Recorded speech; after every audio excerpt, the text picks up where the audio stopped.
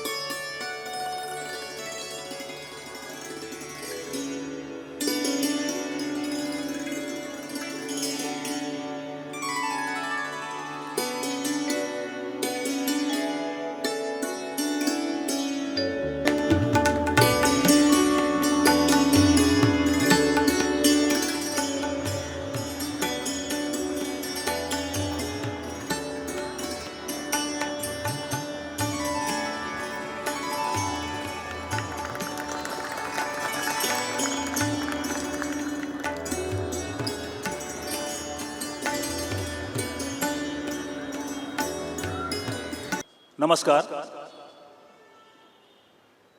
मी सतीश घाडी. विवेकानंद व्याख्यानमालेच्या या अंतिम पुष्पाच्या प्रसंगी आपल्यासमोर सादर होत असलेल्या गीताचे शब्द आहेत. त्या फुलांच्या गंधकोशी सांग तू आहेस का, त्या प्रकाशी तारकांच्या होतीसी तू तेज का.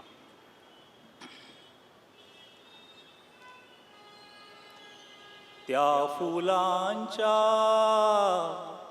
गंधकोशी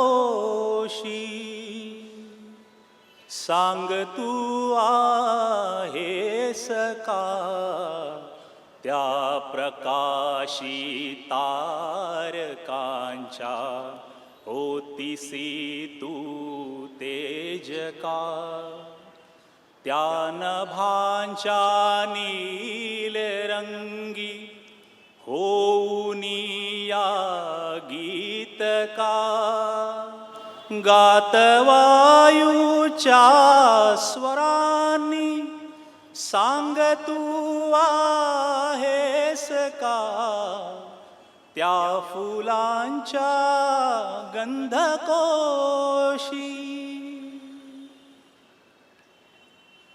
मानवाच्या अंतरीचा प्राण तू आहेस का, वादळाच्या सागराचे घोरते तू रूप का.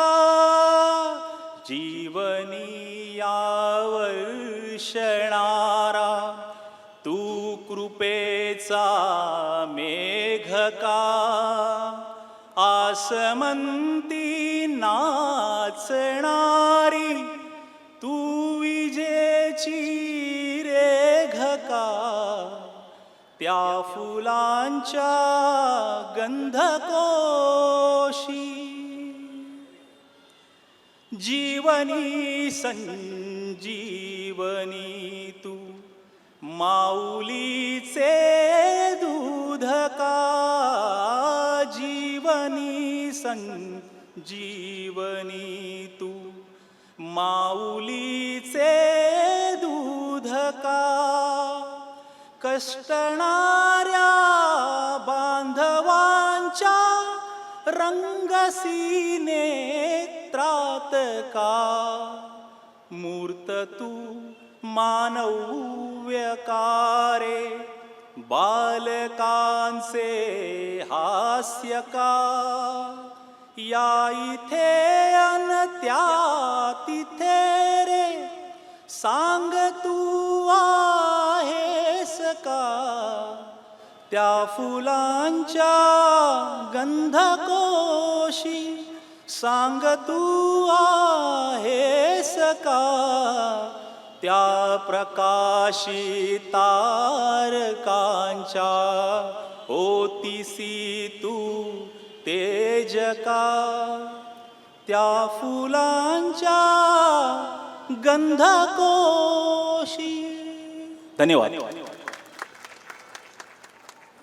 नमस्कार, मी आशिष श्रेया सुंदर देवळेकर, लालबाग विभागाचा सहसंघटक. भविष्याच्या पोटी काय दडले आहे हे मी बघत नाही व ते बघण्याची माझी इच्छा देखील नाही. परंतु माझ्या मनश्चक्षूसमोर एक दृश्य मला अगदी सूर्यप्रकाशाप्रमाणे दिसत आहे. आणि ते हेच की माझी ही प्राचीन मातृभूमी पुनःचक्ष समोर झाली आहे. ती आपल्या सिंहासनावर विराजमान झाली आहे आणि त्याच्यामध्ये नवशक्तीचा संचार झाला आहे आणि पूर्वीपेक्षा ती अधिक गौरवान्वित झाली आहे. शांतीचा आणि कल्याणाच्या मंगलमय वाणीने सर्व जगात तिच्या नावाचा जयघोष करा. स्वामी विवेकानंदांचा एक विचार. धन्यवाद.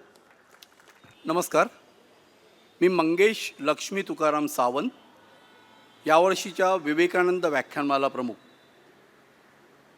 व्यासपीठावरील उपस्थित आजच्या 5व्या पुष्पाचे वक्ते श्री चिन्मय गव्हाणकर सर, मंडळाचे मंडळ प्रमुख श्री विकास शिंदे, विवेकानंद स्मृती प्रमुख शैलेंद्र राणे, इथे उपस्थित सर्व माजी मंडळ प्रमुख, मंडळाचे कार्यकर्ते यांना माझा नमस्कार. अखंडवारी समाज प्रबोधनाची या ब्रीद वाक्यासह गेली 68 वर्ष होणाऱ्या विवेकानंद व्याख्यानमालेत उपस्थित श्रोतृवर्गास माझं मनपूर्वक नमस्कार.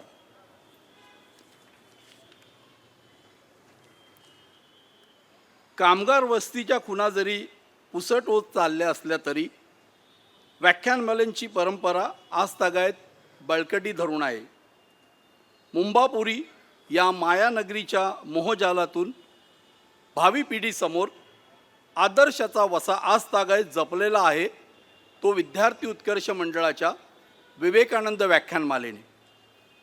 मंडळाच्या अनेक उपक्रमापैकी एक महत्त्वाचा उपक्रम म्हणजे विवेकानंद व्याख्यानमाला. ह्या उपक्रमाच्या माध्यमातून अनेक विद्यार्थ्यांचं व्यक्तिमत्व घडत असतं. ते सादरीकरण करायला शिकतात, त्यांचं वक्तृत्व विकसित होत असतं. समाजात अनेक प्रकारचे लोक भेटतात, या माध्यमातून ते नकार पचवायला शिकतात आणि ते सध्याच्या जगात आवश्यक आहे. कोणत्याही विद्यार्थ्यांना त्यांच्या यश व अपयशाच्या वेळी योग्य संवाद साधणं आवश्यक असतं. नेमकं तेच मंडळात होत असतं. मंडळाचे अनेक कार्यकर्ते एकमेकांचे चांगले मित्र आहेत. त्यामुळेच या मैत्रीसोबत आयुष्यात यशस्वी होण्याचे स्वप्न बाळगून आज अनेक विद्यार्थी मंडळात कार्यरत आहेत. या व्याख्यानमालेच्या माध्यमातून परिचित अपरिचित असे विविध वक्ते आपले विचार मांडण्यासाठी इथे उपस्थित राहिले. व्याख्यानमालेचे विषय वक्ते ठरवत असताना अनेक वैचारिक तात्विक चर्चा होत असतात. आपण श्रोत्यांना जे देणार आहोत ते खणखणीत असायला हवं. विषयाची तयारी, वक्त्यांची नावं हे ठरवणं काम साधारणतः मे-जून महिन्यापासून आमचं चालू झालेलं असतं. त्यानंतर तुम्ही जसे आज आम्हाला अभिप्राय देणार आहात त्या अभिप्रायाच्या सुद्धा वाचन आमचं सुरू असतं. वर्तमानपत्रातील लेख वाचणं, वेगवेगळ्या विषयांची पुस्तकं वाचणं, वेगवेगळ्या लेखकांची माहिती घेणं, कोणता विषय आपण श्रोत्यांना आवडेल, श्रोतांची उपस्थिती कशी जास्तीत जास्त होईल, ठरवलेले विषय वेगवेगळ्या वयोगटातील श्रोत्यांना कसे आवडतील अशा विषयांचा विचार करणे. महिलांचाही आवडीचा विचार आम्हाला नेहमी करावा लागतो. व्याख्यानाचा ज्ञानदीप तेवत ठेवण्यासाठी रोज वेगवेगळ्या वयोगटातील श्रोते उपस्थित राहतात. हे खरंच आश्चर्यचकित आहे. जे जे आपणासी ठावे ते ते इतरांशी शिकवावे, शहाणे करून सोडावे सकळ जन हो. आपल्याकडे असलेले ज्ञान, माहिती, संस्कार हे इतरांना दिल्याने कमी होत नाही, त्यामुळे इतरांकडे त्याची बेरीज होते, आपल्याकडे मात्र वजाबाकी होत नाही. आपल्या प्रत्येकाच्या ज्ञानात काहीतरी चांगलं ऐकण्याने आणि वाचनाने भर पडत असते. अशाच ऐकण्याच्या माध्यमातून मनावर होणारा श्रवण संस्कार म्हणजे विवेकानंद व्याख्यानमाला. मुंबईतील कामगार वस्तीत विवेकानंद व्याख्यानमालेने गेली 68 वर्ष व्याख्यानमालेच्या माध्यमातून श्रवण संस्काराचा आणि ज्ञानाचा हा दीप तेवत ठेवला आहे. आजच्या शेवटच्या पुष्पाच्या निमित्ताने एवढंसं प्रास्ताविक पुरेसं आहे. धन्यवाद. नमस्कार. संत ज्ञानेश्वरांची यावर्षी 750वी जयंती आहे. ज्ञानाचं लोकशाहीकरण करणारे ज्ञानेश्वर माऊली पसायदानात म्हणतात की दुरितांचे तिमिर जाओ, विश्व स्वधर्म सूर्ये पाहो. जगातील पाप हे अज्ञानरूपी अंधारामुळे आहे. हा अंधार नाहीसा होण्यासाठी माणुसकीच्या धर्माचा उदय हो. विद्यार्थी उत्कर्ष मंडळाची विवेकानंद व्याख्यानमाला गेली 68 वर्ष संत ज्ञानेश्वरांना अभिप्रेत असलेलं हे काम अविरतपणे करते आहे. व्याख्यानमालेच्या अंतिम पुष्पात उपस्थित असलेले प्रमुख वक्ते यांचा मी आपणास परिचय करून देत आहे. मंडळी, आर्टिफिशियल इंटेलिजन्स म्हणजेच मराठीमध्ये कृत्रिम बुद्धिमत्ता हा विषय सध्या बजवर्ड झाला आहे. सर्वत्र या विषयाची चर्चा आहे आणि या विषयासंबंधी अधिक जाणून घेण्यासाठी आज आपण या विषयातील तज्ज्ञ श्री चिन्मय गवाणकर यांना वक्ते म्हणून आमंत्रित केले आहे. चिन्मय गवाणकर सरांचा परिचय पुढीलप्रमाणे. इयत्ता 10वीत गुणवत्ता यादीत झळकलेले चिन्मय यांनी VJTIमधनं डिप्लोमा म्हणजे बी मेकॅनिकल पदवी उत्तम गुणांनी संपादन केली. तत्पूर्वी डिप्लोमा त्यांनी केला होता आणि डिप्लोमा इन मेकॅनिकल इंजिनिअरिंग या विषयात त्यांनी 94% गुण मिळवून संपूर्ण राज्यात प्रथम येण्याचा मान मिळवला होता आणि त्यांचा हा रेकॉर्ड अजूनसुद्धा कोणीही मोडला नाही आहे. Microsoft, Google, IBM, SAP, Tata Motors, TCS अशा विविध जागतिक कंपन्यांमध्ये त्यांनी वरिष्ठ पदांवर काम केलं आहे. गेली 24 वर्षाहून अधिक काळ ते big data, cloud, artificial intelligence आणि ॲडव्हान्स ॲनालिटिक्ससारख्या तंत्रज्ञान क्षेत्रात विविध उद्योगांना मार्गदर्शन करीत आहेत. व्यवसायासोबत त्यांना समाजकार्याची आवड आहे. जागरूक नागरिक संस्था या संस्थेद्वारे ते पर्यावरण रक्षण, आरोग्य शिबिर, रक्तदान, महिला सक्षमीकरण, उद्योजक विकास असे विविध उपक्रम राबवत असतात. अनेक नामांकित वृत्तपत्रातून त्यांचं स्तंभलेखन चालू असतं. AI सारखे क्लिष्ट विषय सामान्य माणसाला समजतील अशा सोप्या मराठी भाषेत सादर करण्याची त्यांची हातोटी आहे. तंत्रज्ञान व समाजकार्य यांचा सुंदर संगम असणाऱ्या चिन्मय सरांना मंडळातर्फे त्यांच्या पुढील कार्यासाठी खूप खूप शुभेच्छा. मंडळप्रमुख श्री विकास शिंदे यांना विनंती करतो की आदरणीय वक्त्यांना शाल, स्मृतिचिन्ह व ज्ञानेश्वरी देऊन सन्मानित करावं.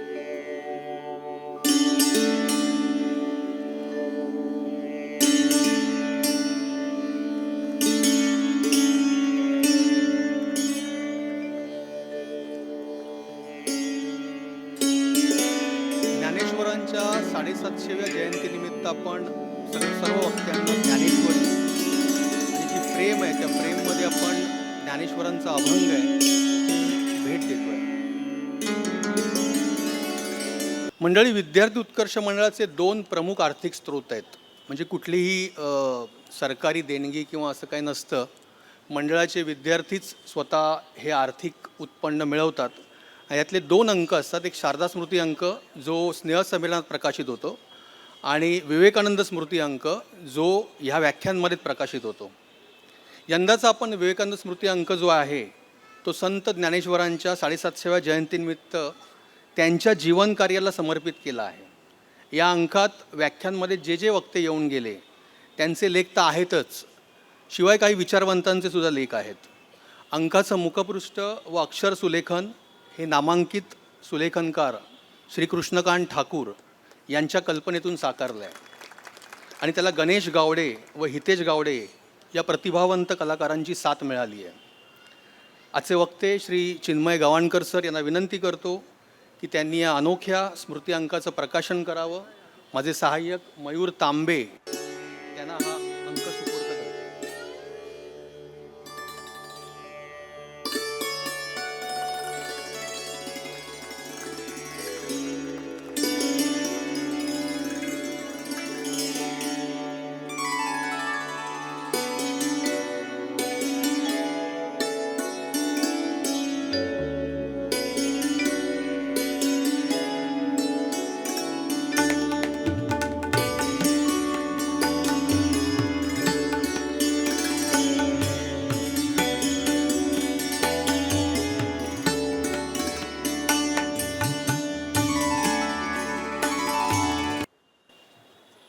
आपण या अंकाला यावर्षी पोथीचा लूक दिला आहे आणि व्याख्यानानंतर सर्व श्रोत्यांना ऐच्छिक स्वागत मूल्यामध्ये हा स्मृती अंक उपलब्ध होईल. मंडळी, विवेकानंद व्याख्यानमालेचा एक महत्त्वाचा भाग म्हणजे त्याची पासेस विक्री. आमचे छोटे छोटे कार्यकर्ते घराघरात जाऊन व्याख्यानमालेची पासेस विक्री करतात. या निमित्ताने गेल्या 2 महिन्यामध्ये आम्ही साधारण 35,000 घरापर्यंत पोचतो. आणि हे काम अत्यंत मेहनतीचं असतं, कारण मगाशी सांगितल्याप्रमाणे याच्यामध्ये नकार असतात, बऱ्याचशा गोष्टी असतात. आणि तरीसुद्धा हे नकार पचवून आमचे छोटे छोटे कार्यकर्ते या घरांमध्ये जातात आणि हे पासेस विक्री करतात. आणि आपण त्यांचं इथे आज कौतुक करणार आहोत. सर्वप्रथम आपण ज्या विभागांनी, आमचे 5 विभाग आहेत, त्यापैकी ज्या विभागांनी सर्वोत्तम पासेस विक्री केली आहे त्या विभागांचा आपण सन्मान करणार आहोत. यावर्षीचा सर्वप्रथम विभाग आहे चिंचपोकळी विभाग, ज्यांनी 2,863 पासेसची विक्री केली. चिंचपोकळी विभागाचे संघटक निसर्ग रेवळेकर, सार्थक केळकर आणि नवीन केळकर यांना आमंत्रित करतो. प्रमुख वक्त्यांनी त्यांना सन्मानित करतो.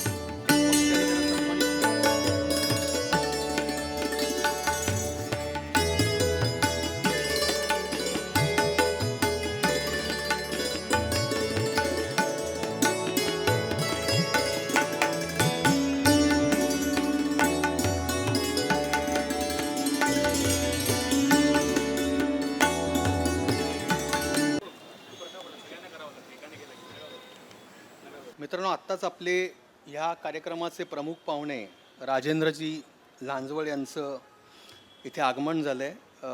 त्यांचं स्वागत करतो.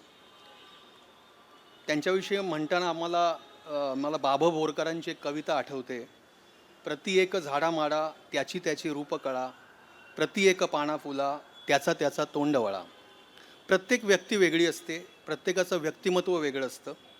काही जण गाजावाजा करत काम करतात, तर काही जण शांतपणे आपलं काम करत असतात. आजचे प्रमुख पाहुणे श्री राजेंद्रजी लांजवळ हे शांत व सतत कार्यमग्न असलेले व्यक्तिमत्व आहे. लालबागचा राजा सार्वजनिक उत्सव मंडळाचे ते माजी खजिनदार होते आणि सध्या सल्लागार समितीवर ते आहेत. मुंबईतील विविध मंडळांना ते नेहमीच मदत करतात आणि आमच्या विद्यार्थी उत्कर्ष मंडळाशी त्याचा जुना संबंध, जुना ऋणानुबंध आहे.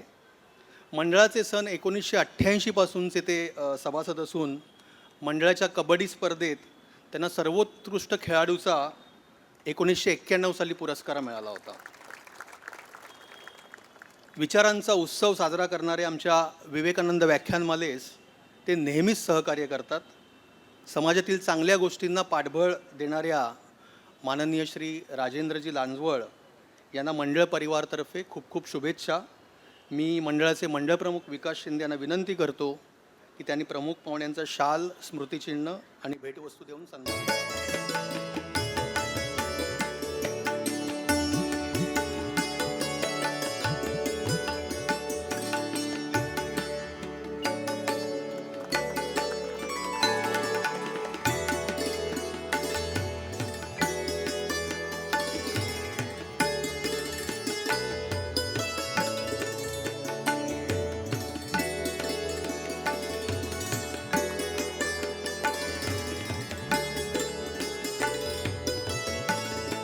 विभागीय पासेस विक्रीमध्ये द्वितीय क्रमांकाचा मान मिळवला आहे 17 रस्ता विभागाने. त्यांनी एकूण 2,675 पासेसची विक्री केली आहे आणि 17 रस्ता विभागाचे संघटक श्री आर्यन वारे व त्यांची सगळी टीम यांना मी ते आमंत्रित करतो. प्रमुख पाहुण्यांनी त्यांना भेटवस्तू देऊन त्यांचा सन्मान करावा.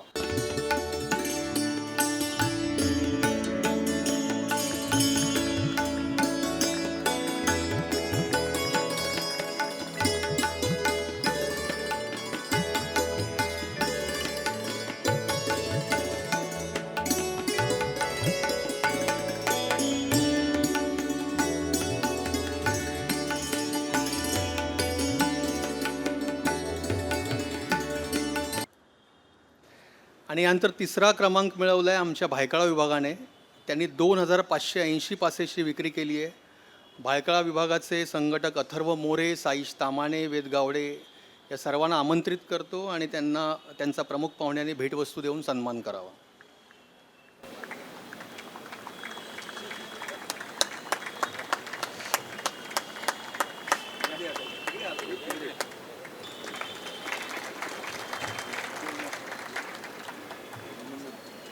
मंडळी, विभागीय पासेस विक्रीबरोबरच वैयक्तिक सर्वाधिक पासेस विक्री करणाऱ्या छोट्या कार्यकर्त्यांना आपण सन्मानित करणार आहोत. यामध्ये 531 पासेस एकट्याने संपवून सर्वप्रथम होण्याचा मान मिळवला आहे ईशान वारे. सध्या तो रुपारेल कॉलेजमध्ये कॉमर्स शाखेत शिक्षण घेत आहे. मी सन्माननीय वक्त्यांना विनंती करतो की त्यांनी भेटवस्तू देऊन त्याला सन्मानित करावं.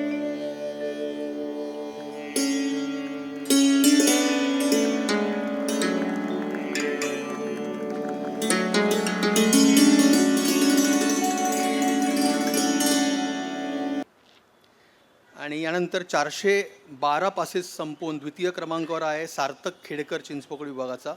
सध्या तो डिप्लोमा इन मेकॅनिकल इंजिनिअरिंगचं शिक्षण घेतो आहे. वक्त्यांना विनंती करतो की त्यांनी त्याचा भेटवस्तू देऊन सन्मानित करावं.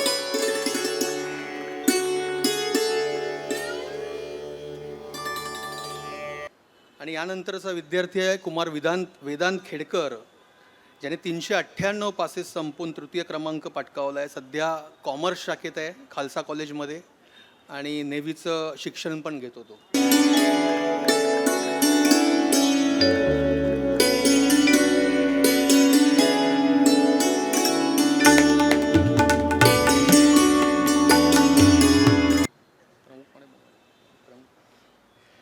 यानंतर मंडळ प्रमुख आजच्या या कार्यक्रमाचे आभार मानतील आणि त्यानंतर वक्त्यांचं मार्गदर्शन सुरू होईल. धन्यवाद स्मृती प्रमुख. सर्वांना सस्नेह नमस्कार.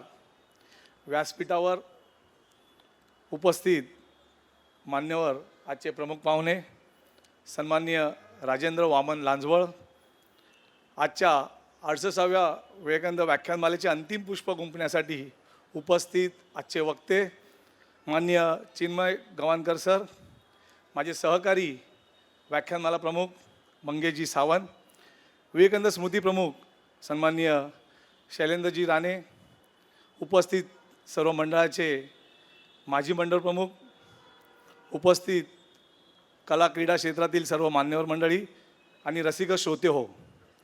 68व्या विवेकानंद व्याख्यानमालेचे काम सर्व मंडळी गेली 6 महिने आम्ही करत आहोत. विवेकानंद व्याख्यानमाला हा उपक्रम राबवत असताना आम्हाला असंख्य लोकांनी मदत केली आणि त्यांचे आभार मानणे हे क्रमप्राप्त आहे. सर्वप्रथम सर्व सरकारी संस्था, सर्व शासकीय आस्थापना, मुंबई पोलीस, काळाचौकी पोलीस ठाणे, मुंबई महानगरपालिका, मुंबई अग्निशामक दल, अग्निशामक रोधक उपकरणे आपल्याला या ठिकाणी ज्यांनी पुरवली ते सन्माननीय राकेश सावंत, मुंबईचे BST विद्युत सेवा व त्यांचे सर्व कर्मचारी आणि ज्यांचे विशेष आभार म्हणजे मनसूरभाई यांनी आम्हाला विशेष सहकार्य करून आज या ठिकाणी विद्युत रोषणाई करून दिली, त्यांचे देखील मी मंडळाच्या वतीने विशेष आभार व्यक्त करतो. या मैदानास उत्तम असं व्याख्यानमालेचं स्थळ बनवणारे आमचे स्नेही गजानन डेकोरेटर्सचे प्रोफायटर शुभम चंद्रकांत बापटे, तसेच उत्तम ध्वनी क्षेपण व्यवस्था करणारे, कुठल्याही तक्रार न करता अत्यंत उत्तम प्रकारे व्यवस्था पुरवणारे प्रणय डेकोरेटर्सचे मालक रवींद्र डेकोरेटर व त्यांचे चिरंजीव श्रेयश नलावडे यांचे देखील मी मंडळाच्या वतीने मनापासून आभार व्यक्त करतो. आज या ठिकाणी LEDची व्यवस्था करणारे अभिषेक कोंडविलकर यांचे देखील मंडळाच्या वतीने मी आभार व्यक्त करतो. संपूर्ण कार्यक्रमाची फोटोग्राफी व्हिडिओ शूटिंग करणारे लालबाग विभागाचे सभासद संतोष घागरे तसेच प्रसाद आगणे व त्यांची संपूर्ण टीम यांचे देखील मंडळाच्या वतीने मी आभार व्यक्त करतो. हा कार्यक्रम यशस्वी करण्यासाठी नेहमी सहकार्य लाभणारे लालबागचा राजा सार्वजनिक गणेश उत्सव मंडळाचे अध्यक्ष सन्माननीय बाळासाहेब कांबळे, उपस्थित सर्व मंडळाचे पदाधिकारी, लालबाग स्पोर्ट्स क्लब तसेच लालबागचा राजा गृहनिर्माण संस्थेचे सर्व पदाधिकारी यांचे देखील मी संस्थेच्या वतीने ऋणी आहे. व्याख्यानमालेच्या या प्रसिद्धीस आपल्या वृत्तपत्रातून जे पत्रकार, जे संपादक आम्हाला नेहमीच प्रसिद्धी देतात त्या सर्व मंडळींचे मी आभार व्यक्त करतो. मनोविकास प्रकाशन, मनशक्ती केंद्र, लोकमान्य मल्टीपर्पज तसेच ब्रेन ट्रॅक या सर्व ग्रुपचे आम्ही आभार व्यक्त करतो. विवेकानंद व्याख्यानमालेची 5शी रचना ज्यांच्या संकल्पनेतून साकारली ती आमच्या मंडळाची सभासद, मंडळाचे माजी मंडळ प्रमुख दिलीप केळंबकर यांची कन्या कुमारी रुन्मयी दिलीप केळंबकर यांनी आमच्या 5शी डिझाईन साकारलेली आहे. तिचं देखील मंडळाच्या वतीने मनापासून आभार. विवेकानंद स्मृतीचा अतिशय सुंदर असा अंक तयार झाला आहे. आपण आता त्याचं उद्घाटन केलं आणि त्याचं दरवर्षी हे विनामूल्य डिझाईन व लेआउट करणारे ख्यातनाम सुलेखनकार, चित्रकार मंडळाचे माजी ज्येष्ठ सभासद कृष्णकांतजी ठाकूर सर यांचे विशेष आभार. ते विनामूल्य ह्या अंकाचं डिझाईन लेआउट करतात. त्यांचं जोरदार टाळ्या वाजून या ठिकाणी आपण आभार व्यक्त करूया.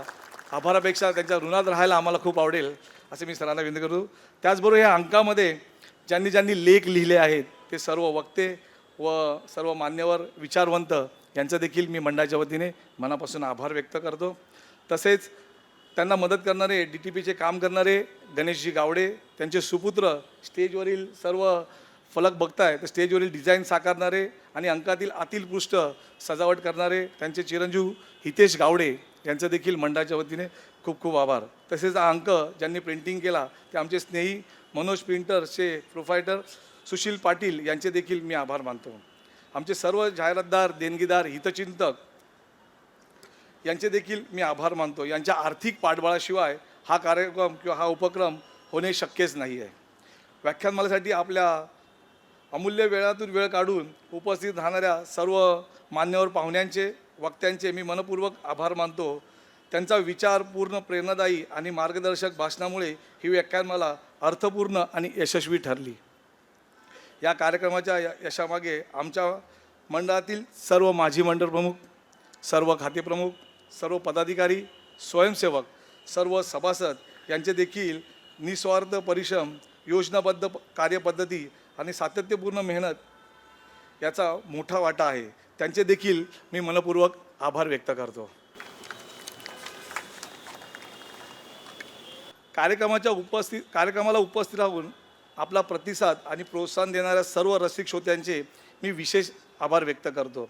आपल्या उपस्थितीमुळे व्याख्यानमालेची शोभा वाढली आणि प्रत्येक सत्र अधिक उत्साहवर्धक झाले.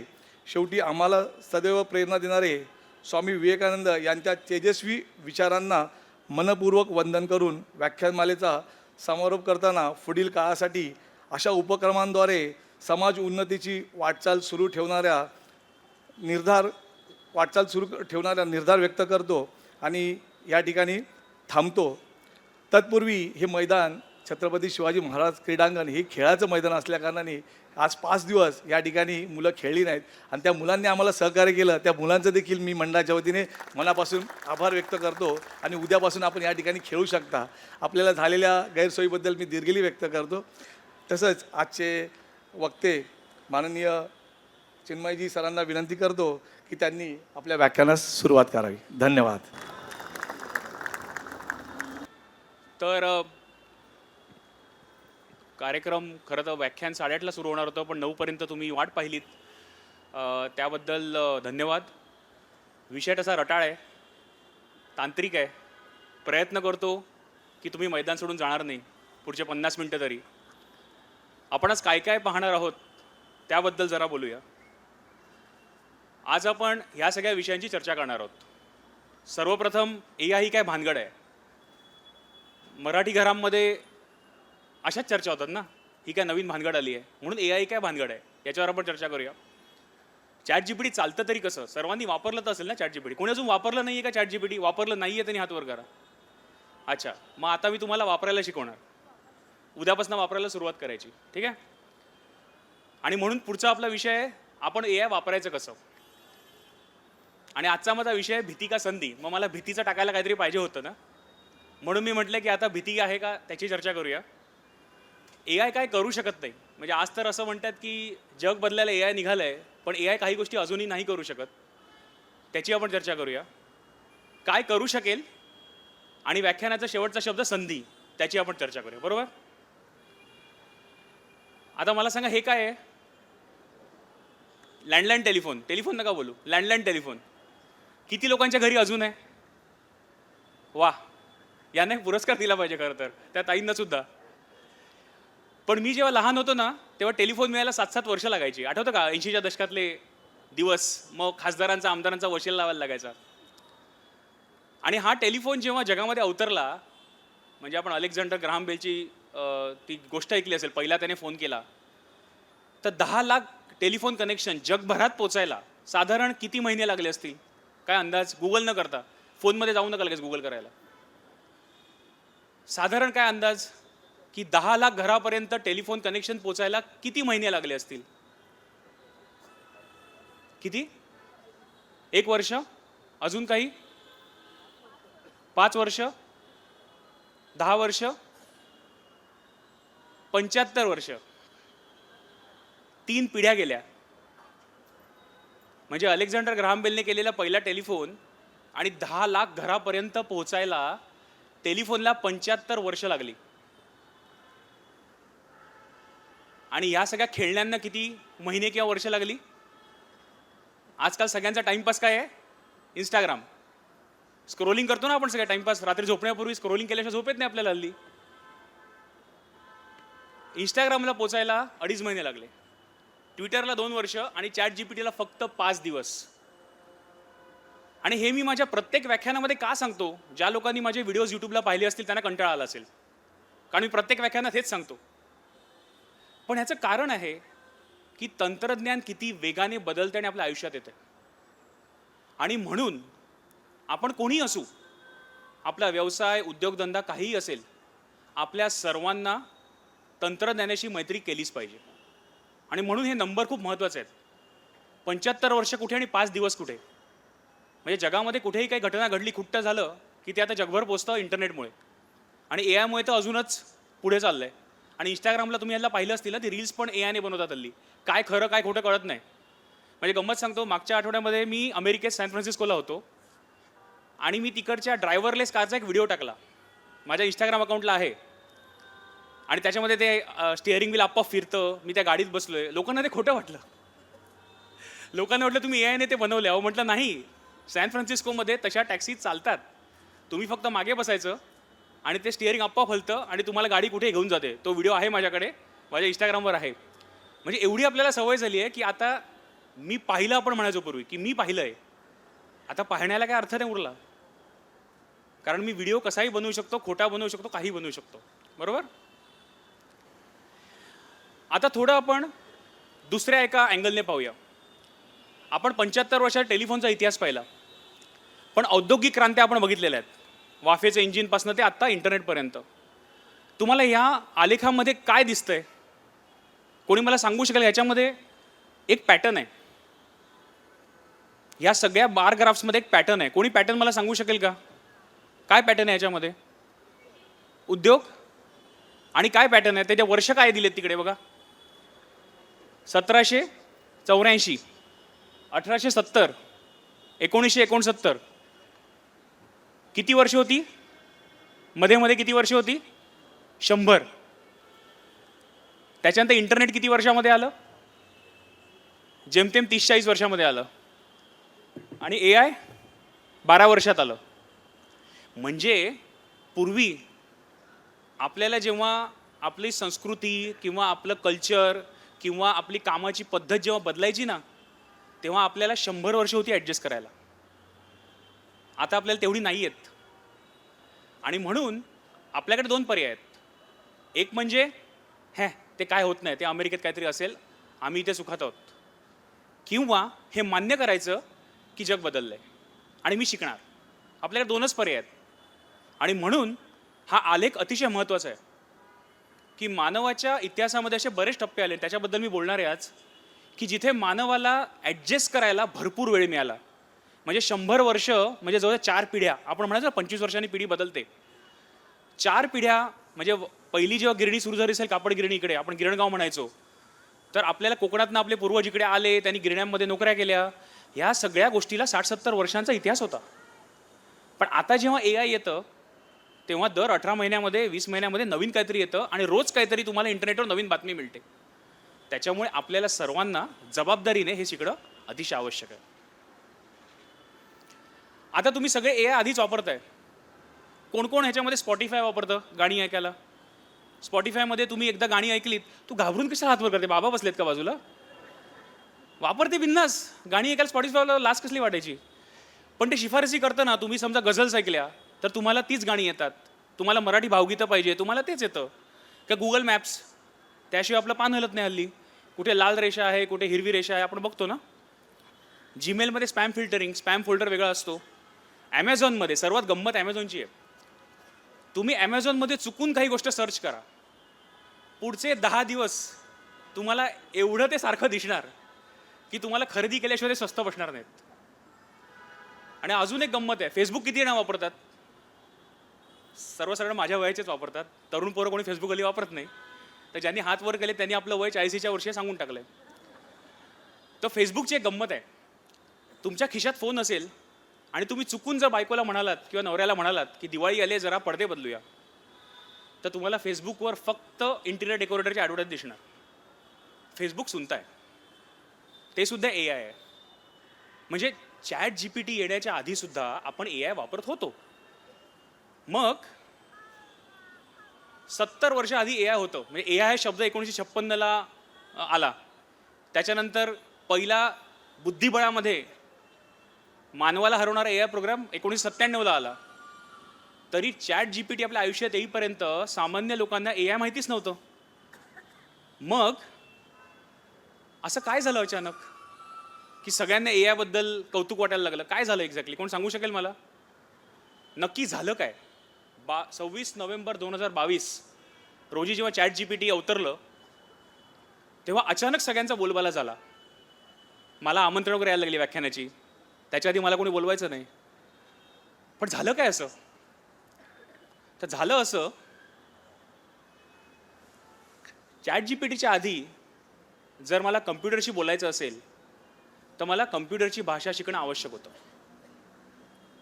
भारतीय तरुणांची एक अख्खी पिढी, ज्याला आपण IT युग म्हणतो, 2000 नंतर कॉम्प्युटर कोडिंग शिकून पुढे गेली. आणि सामान्य माणसाला हे काय घेणं देणं नव्हतं.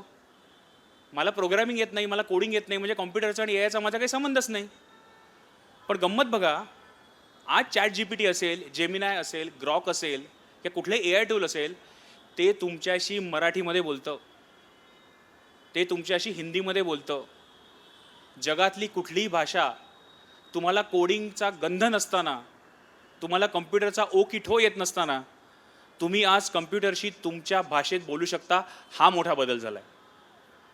आणि त्याच्यामुळे अचानक आपल्याला केवढ्या संधी उपलब्ध झाल्यात. म्हणजे तुम्ही जर एक डेटा पाहिलात ना, तर साधारण भारतातल्या 140 कोटी लोकांपैकी जेमतेम 1% लोकांना कम्प्युटर प्रोग्रामिंग येतं. किती? जेमतेम 1%. आणि त्या जेमतेम 1% लोकांच्या बळावर आपण फुशारक्या मारतो की भारत ही माहिती तंत्रज्ञान महासत्ता आहे. बरोबर? म्हणून जेव्हा H1Bचा विषय आलेला तेव्हा आपल्या सगळ्या घराघरामध्ये सुतक पसरलं. असं नाही की सगळेच अमेरिकेला जातात, पण मराठी माणसाचा प्रश्न आहे की मला अमेरिकेला जायचं आहे. पण विचार करा, जे 99% आहे ज्यांना कॉम्प्युटर प्रोग्रामिंग येत नाही, त्यांना जर फक्त मराठीमध्ये, हिंदीमध्ये, गुजरातीमध्ये, तमिळमध्ये बोलून ॲप्लिकेशन्स बनवता आली, नवीन शोध लावता आले कॉम्प्युटरमध्ये, तर भारताच्या प्रगतीवर किती पॉझिटिव्ह परिणाम होईल. आपण असा का नाही विचार करत? आपला काय प्रॉब्लेम चालला आहे सध्या, आणि ते मी बोलणार आहे त्याच्यावर. आपला प्रॉब्लेम काय चालला आहे की कॉम्प्युटर प्रोग्रॅमरचे जॉब जातील, पण कॉम्प्युटर प्रोग्रॅमर आज अख्ख्या भारतीय लोकसंख्येमध्ये जेमतेम 1% आहेत. आपल्याला त्यांची फार काळजी आहे. पण 99% लोक जे तुमच्या माझ्यासारखे आहेत, ज्यांचा कॉम्प्युटरशी काही संबंध नाही, त्यांना जर ही ताकद हातात मिळाली तर तुम्ही काय करू शकता? आपण तसा पॉझिटिव्ह विचार का करू नये? तर आता आपण थोडं AI कसं विचार करतं ह्याच्यावर काम करूया. आता तुम्ही लेफ्ट साईडला पाहिलं ना, जे मी तुम्हाला म्हणालो नैसर्गिक भाषा, सध्या तर ChatGPT जे आपलं आहे ना, ते नैसर्गिक भाषेत तुमच्याशी बोलतं. म्हणजे तुम्ही जर गुगल जेमिनायमध्ये गेलात तर मराठी अतिशय उत्तम बोलतात, अतिशय उत्तम. म्हणजे तुम्हाला वाटणार नाही की तुम्ही एखाद्या रोबोट्सशी किंवा यंत्राशी बोलताय. हिंदी उत्तम बोलतं, तमिळ उत्तम बोलतं, इंग्लिश तर प्रश्नच नाही, पोर्तुगीज, स्पॅनिश, तमिळ जे काय आहे ते. आणि तुम्ही जे बोलता ते पाठी प्रोसेस होतं एका कोडमध्ये. ते आहे त्याचा ब्रेन, ज्याला आपण LLM म्हणतो, लार्ज लँग्वेज मॉडेल. शब्द ऐकला आहे LLM, लार्ज लँग्वेज मॉडेल. त्याच्याबद्दल मी तुम्हाला सांगणार आहे. आणि त्याच्यामुळे झालंय काय की सर्वांना ए आय यूज करता यायला लागलं. म्हणजे ए आय झाली जनरल पर्पज टेक्नॉलॉजी. म्हणजे काय? विजेसारखं. आता मला सांगा, साधारण एक 150 वर्षापूर्वी, 120 वर्षापूर्वी जेव्हा टाटांनी खोपोलीचा पहिला पॉवर प्लॅन्ट काढला मुंबईमध्ये, तेव्हा वीज नव्हती, बरोबर? तेव्हा आपले कोणी पणजोबा, खापर पणजोबा असतील, त्यांना पण वाटलं असेल ना, अरे रॉकेलचे कंदील लावल्याशिवाय उजेड येतोच कसा? कारण तो सुद्धा त्यांच्यासाठी मोठा धक्का होता ना, की असं बटन दाबलं की लाईट येतो. आज आपण विचार करतो का? आज आपण सहज सॉकेटमध्ये मोबाईल चार्जिंगला लावतो, सहज लाईट लावला की दिवा पेटतो. म्हणजे आपण आता इलेक्ट्रिसिटी ही काही तंत्रज्ञान याचा विचारही करत नाही, ते आहे घरामध्ये. ए आयचं आपल्याला तसंच करायचं. ए आय हे प्रयोगशाळेतनं बाहेर काढून, तांत्रिक भाषेतनं बाहेर काढून आपल्या सर्वांना रोजच्या आयुष्यामध्ये वापरायचं आहे. कसं वापरायचं ते मी तुम्हाला या सत्राच्या शेवटी सांगतो. आता कसं काम करतं ChatGPT, बरोबर? तर 2 प्रकारचे ए आय असतात. एक असतं ट्रॅडिशनल ए आय, त्याला आपण कॉग्निटिव्ह ए आय म्हणतो. म्हणजे काय? साधं उदाहरण देतो. समजा मी एका छोट्या मुलाला किंवा मुलीला मांजराचे 1000 फोटो दाखवले की माऊ अशी दिसते, मनी माऊ अशी दिसते. 1001व्या वेळी ती छोटी मुलगी किंवा मुलगा सांगणार, अरे हे तर माऊचं चित्र आहे. म्हणजे ते काय करतात? पॅटर्न ओळखतात. हा फोटो मांजरीचा आहे, पॅटर्न ओळखणं. हे आपलं ट्रॅडिशनल ए आय होतं. त्याच्यामध्ये भाषेचा किंवा संवादाचा काही संबंध नव्हता. पण हे जे नवीन ए आय आले, ज्याला आपण जनरेटिव्ह ए आय म्हणतो, तो फक्त मांजर आहे असं म्हणत नाही, तो अजून काही नवीन बनवतो. म्हणजे तुम्हाला अनॉलॉजी देतो मी, कुकची आणि शेफची अनॉलॉजी दिली. कुक म्हणजे काय? खानसाम्या. खानसाम्याला आपण एखादी रेसिपी दिली की तो वर्षानुवर्षी ती रेसिपी करत राहतो. पण शेफ नवीन काहीतरी प्रयोग करतो की मी स्थानिक कुठले इन्ग्रेडियंट वापरून, नवीन एखादं तंत्रज्ञान वापरून मी काय नवीन चांगली डिश करून माझ्या ग्राहकांना देऊ शकीन का? तर हे जे जनरेटिव्ह आहे, म्हणजे क्रिएटिव्हिटी आहे, ती ह्या नवीन ए आयमध्ये आलेली आहे. आता ती कशी आलेली आहे ह्याच्यावर आपण चर्चा करूया. जेव्हा तुम्ही ChatGPTमध्ये एखादी क्वेरी टाकता किंवा एखादा प्रश्न टाकता आणि त्याचं जे उत्तर येतं, ते उत्तर म्हणजे साधं ऑटो कम्प्लीट असतं. म्हणजे काय? तुम्ही गुगल सर्चमध्ये पाहिलं असेल, तुम्ही एखादं टाईप करायला लागला सर्च करायला, तर पुढचे 4 शब्द गुगलच टाईप करतं ना. हे ChatGPTमध्ये मागे होतं. पुढचा शब्द ओळखणे. आणि पुढचा शब्द ओळखणे त्याला कसं शिकवलंय? जगामध्ये उपलब्ध असलेलं सगळं नॉलेज देऊन त्याला शिकवलंय. आणि ते किती नॉलेज दिले ते मी तुम्हाला सांगतो. लार्ज लँग्वेज आणि मॉडेल. लार्ज म्हणजे किती लार्ज? तर साधारणपणे, म्हणजे आता तर GPT-5 आलं, पण GPT-4चा डेटा मला माहिती आहे. GPT-4 जे ChatGPTचं मॉडेल होतं, त्याला एवढा डेटा दिलाय की तो डेटा जर तुम्ही आणि आम्ही वाचायला बसलो तर आपण 3000 वर्ष जागेवरनं उठू शकणार नाही. किती? 3000 वर्ष माणूस जागेवरनं उठू शकणार नाही, एवढं वाचन ChatGPTने केलंय. आणि त्याच्यामध्ये जगातलं सगळं ज्ञान आहे. म्हणून ते ChatGPT तुम्हाला कविता बनवतं, तेच ChatGPT तुम्हाला गणिताची उत्तरं देतं, तेच ChatGPT चित्र बनवतं, वगैरे वगैरे. आणि ही जी क्षमता आहे ना, ती क्षमता कुठल्याही मानवामध्ये येणं शक्यच नाही आहे. कारण आपलं आयुष्य मर्यादित आहे, बरोबर? असं नाही की आपण हुशार नाही होत. ते मी तो सांगणार आहे की माणूस काय करणार आहे तुम्हाला सांगणार आहे मी. पण छोट्या वेळेमध्ये एवढं सगळं ज्ञान घेऊन ते प्रोसेस करणं हे मानवी मेंदूला सध्या तरी शक्य नाही. आणि म्हणून जर तंत्रज्ञान करतंय ना, तर त्याचा विधायक वापर आपण आपल्यासाठी केला पाहिजे. आता पारंपरिक मशीन लर्निंग, जे मी तुम्हाला आधी मांजराचं उदाहरण दिलं, त्याच्यामध्ये काय असतं? पारंपरिक मशीन लर्निंग जे असतं ना, ते तुम्हाला दिलेल्या डेटाशी कम्पेअर करतं. म्हणजे मांजरीचं उदाहरण तुम्हाला मीच दिलं. समजा मांजरीचं उदाहरण, मी मांजरीचे फोटो जर त्या मशीनला दिले असतील आणि 1001व्या मांजरीचा फोटो आला, तर ते तुलना करून सांगणार की ही मांजर आहे, किती % मांजर आहे. ते मांजर आहे असं सांगत नाही, बाय द वे. ही पण एक गंमत आहे. कुठलाही मशीन लर्निंग ट्रॅडिशनल प्रोग्रॅम तुम्हाला ती मांजर हे सांगणार नाही. तो म्हणेल 90% मांजरासारखी दिसते किंवा 95% मांजरासारखी दिसते. आणि हे तुम्हाला कुठे लक्षात येईल? तुमच्या काही लोकांच्या ऑफिसमध्ये फेस रेकग्निशनचं सॉफ्टवेअर असेल. हल्ली ते थंब प्रिंटिंग, नंतर ते आपले कार्ड स्वाईप करणं गेलं किंवा सह्या करणं मस्टरवर गेलं. हल्ली फोटो काढला की दार उघडतं. तर ते जेव्हा ते ट्रेन करतात मॉडेल, तेव्हा तुमचे फोटो ते बऱ्याचशा अँगलने काढतात. आणि ते दार उघडण्याच्या आधी समजा मी दाढी वाढून गेलो, मिशी वाढून गेलो, तर ज्या दिवशी माझा फोटो विदाऊट दाढीचा त्यांनी काढला असेल तो म्हणेल 95% चिन्मय आहे, जाऊ दे आतमध्ये. जर मी दाढी वाढवली, चष्मा घातला, कोविडचा मास्क घातला, तर म्हणेल 60% चिन्मय दिसतोय, नका सोडू, सिक्युरिटीवाल्याला बोलवा. म्हणजे डिटर्मिनिस्टिक हे मशीन लर्निंग नसतं. ते तुम्हाला एक स्कोर देतो. तो स्कोर तुम्हाला मला दिसत नाही, तो सॉफ्टवेअरवाल्याला मागे दिसतो. त्याला कॉन्फिडन्स स्कोर असं म्हणतात.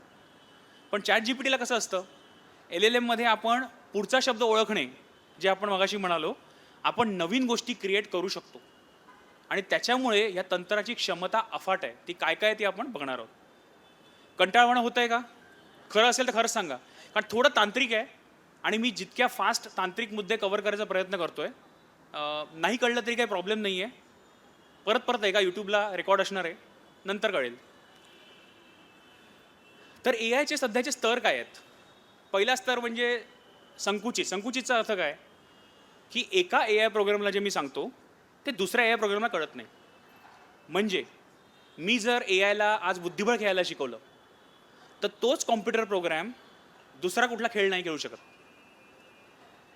पण मानवाच्या मुलाचं काय असतं, आता छोटं मुलं एक फिरतं इकडे, मी बघतोय एक छोटा बाबांबरोबर फिरतंय कोणतरी. आता समजा नुकतं चालायला लागले, त्याला मी हाताला धरून पांगुळ गाड्या देऊन चालायला शिकवलं, तर त्याला धावायला मला वेगळं शिकवायला लागतं का? मूल आपलं धावतं ना, धावतं, पडतं, खेळतं. परत फुटबॉल खेळायला गेलं, फुटबॉल खेळताना धावता येतं ना, त्याला म्हणतो का आता फुटबॉल खेळताना वेगळं धावायचं असतं, तुला मी शिकवतो थांब, ते धूम पळेल तुम्हाला मागे टाकून. ही गंमत AIला अजून जमत नाही. त्याच्यामुळे आपण म्हणतो सध्याची स्थिती संकुचित आहे.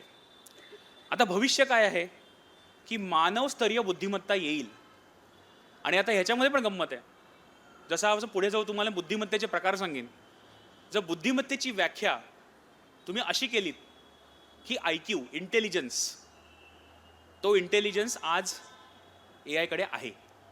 म्हणजे तुम्ही पेपरामध्ये बातम्या वाचल्या असतील की अमेरिकेतली कुठली बार एक्झाम त्यांनी क्लिअर केली, किंवा IITची परीक्षा AIने क्लिअर केली, UPSCची परीक्षा AIने दिली. याचा अर्थ काय, की जिथे मला फक्त ज्ञान वाचायचं आहे आणि परत लिहायचं आहे, या गोष्टी AIने मानवी क्षमतेच्या कधीच पलीकडे केलेल्या आहेत. कारण का, AI थकत नाही, AIला झोपाची गरज नाही आहे, AIला चहाची गरज लागत नाही, तो 24 तास वाचू शकतो, 24 तास काम करू शकतो. त्याच्यामुळे जिथे मला भरपूर गोष्टी वाचायच्या आहेत आणि लक्षात ठेवायच्या आहेत, त्या गोष्टी AIने कधीच पार केल्यात. पण दुसऱ्या बुद्धिमत्तेचा प्रकार असतो इमोशनल क्वोशंट, मानवी भावभावना. त्याच्याबद्दल आपण चर्चाच करणार आहोत. तो AIकडे अजून आला नाही आहे. आणि म्हणून तुम्ही जर ऐकलं असेल की सुपर इंटेलिजन्स, विज्ञान कथेतला सुपर इंटेलिजन्स, की उद्या AI आणि रोबोट्स जगाला पादाक्रांत करतील असं म्हणतात. आणि हॉलिवूडच्या मूवीमध्ये तर तुम्ही पाहिलं असेल, तिकडच्या चित्रपटांमध्ये तर हे फारच असतं. मग टर्मिनेटर असेल किंवा मिशन इम्पॉसिबल असेल, तुम्ही असं म्हणता की असं एक AI येईल, कृत्रिम बुद्धिमत्ता, की जग आपल्या कवेत घेईल. पर्सनली मला असं वाटतं का? मला नाही वाटत. कारण मानवी भावभावना, मानवाचं पर्पज, म्हणजे आपल्याला जगायला जे पर्पज लागतं ते AIकडे अजून तरी नाही आहे. पण त्याच्यावर संशोधन खूप चालू आहे. त्याच्यामुळे अजून आपल्याला माहिती नाही तिथपर्यंत आपण पोचू का मानवजात म्हणून. पण सध्याचं AI आपल्याला मदत करायला आहे. ओके, आता मी तुम्हाला प्रॉमिस केलेलं ना की AI शिकायचं मी तुम्हाला शिकवीन. तर AI जर आपल्याला शिकायचं असेल ना, तर आपल्याला एक स्किल यायला पाहिजे. आणि तो शब्द तुम्ही सर्वांनी ऐकला असेल. तो शब्द आहे प्रॉम्प्ट इंजिनिअरिंग. ऐकलाय शब्द? कोणी कोणी ऐकलाय प्रॉम्प्ट इंजिनिअरिंग शब्द? प्रॉम्प्ट इंजिनिअरिंग काय आहे? AIला मला काय हवं हे नेमक्या भाषेत आणि व्यवस्थित सांगणं. आता गंमत अशी आहे की आपल्या सर्वांना व्यवस्थितपणे लिहिण्याची सवय गेलेली आहे. खरोखर सांगा मला, शेवटचं तुम्ही चांगलं पत्र स्वतःच्या हाताने कोणाला कधी लिहिलं? बघ, त्या छोट्या मुलीने लिहिलंय, शाळेमध्ये लिहिलं असेल बहुतेक. तू पत्रासाठी हात वर गेलास? अमेझिंग. मला आठवतंय लहानपणी, म्हणजे 80च्या दशकामध्ये मी माझ्या आजीला पुण्याला पत्र लिहायचो, इनलँड लेटर काढले. तुम्ही सगळ्यांनी लिहिली असतील, post card, inland letter card, money order. एक संस्कार होता, आपण लिहायचो. आता व्हॉट्सॲपवर आपण काय करतो? इमोजीज, थम्स, हार्ट करतो ना आपण. हाऊ आर यू कसं लिहितो आपण? HRU, बरोबर? आजकालची मुलं ते पण लिहित नाहीत. त्याने काय गंमत झाली आहे की आपल्याला माणसाची सोडा, यंत्राशी आपण बोलू शकत नाही. दुसरी गोष्ट गुगल सर्च. आपली सवय खराब केली आहे. जसं मगाशी मी म्हणालो, गुगलमध्ये मी 2 शब्द टाईप केले, पुढच्या 4 शब्द गुगलच मला सांगतं. मग लिखाण आणि आमचा काही संबंध उरला नाही. आणि ती सवय जेव्हा आपण ChatGPTमध्ये घेऊन जातो, तेव्हा ChatGPT काहीतरी विचित्र उत्तर देतो. कारण मला काय हवंय हे आपण ChatGPTला नीट सांगूच शकत नाही. आणि ती कला आपल्या सर्वांना परत शिकली पाहिजे. आणि त्या कलेसाठी आपल्याकडे काही नुसके आहेत. जर तुम्हाला याचा फोटो काढता आला तर काढू शकता लांबनं, नाहीतर मी मंडळाच्या कार्यकर्त्यांकडे स्लाईड देईन. एक प्रॉम्प्ट इंजिनचं गाईड बनवलं मराठीमध्ये, मी नंतर पाठवून देईन, मी त्यांच्याकडनं घ्या. तर 3 प्रकारचे प्रॉम्प्ट असतात. सर्वात दिसते का स्लाईड व्यवस्थित? पाठणं दिसते? सर्वात डावीकडे त्याला म्हणतात झिरो शॉट. झिरो शॉट म्हणजे काय? गुगलसारखं मी काहीतरी टाईप केलं आणि मला उत्तर आलं. मग ते उत्तर काय क्वालिटीचं असेल, कसं असेल मला नाही माहिती, पण आलं उत्तर. मी कंटाळलो, उत्तर घेतलं, पळून गेलो. हे कधी वापरतात लोक? पटकन काहीतरी मला कविता लिहायची आहे, लोकांना इम्प्रेस करायचं आहे, असं काहीतरी पटकन करायचं तर आपण ते करतो. दुसरं तर फ्यू शॉट. फ्यू शॉट म्हणजे काय? की मी उदाहरण देतो. म्हणजे मी तुम्हाला साधं उदाहरण देतो. समजा मला वर्तमानपत्रामध्ये एक लेख लिहायचा आहे आणि मी रेग्युलर लेख लिहितो. काही लोकांनी माझे लेख लोकसत्ता, महाराष्ट्राचे वाचले असतील. आणि समजा माझी एक स्टाईल आहे, एक माझी मराठीची लिहिण्याची एक स्टाईल किंवा शैली आहे. आता मला समजा दुसरा लेख लिहायचा असेल ChatGPTवरनं, आणि जर मी त्याला एक उदाहरण दिलं की चिन्मय गवाणकरांचा लोकसत्तामधला हा लेख अशा शैलीमध्ये ते लिहितात मराठी, तू मला एखादा लेख या शैलीमध्ये लिहून दे. म्हणजे आपण त्याला मला काय पाहिजे त्याचं एक उदाहरण देतो. त्याला म्हणतात फ्यू शॉट. म्हणजे आपण त्याला सांगतो, एक उदाहरण देतो, असं कर. आणि चेन ऑफ थॉट म्हणजे काय? जिथे आपण त्याच्याशी चर्चा करतो.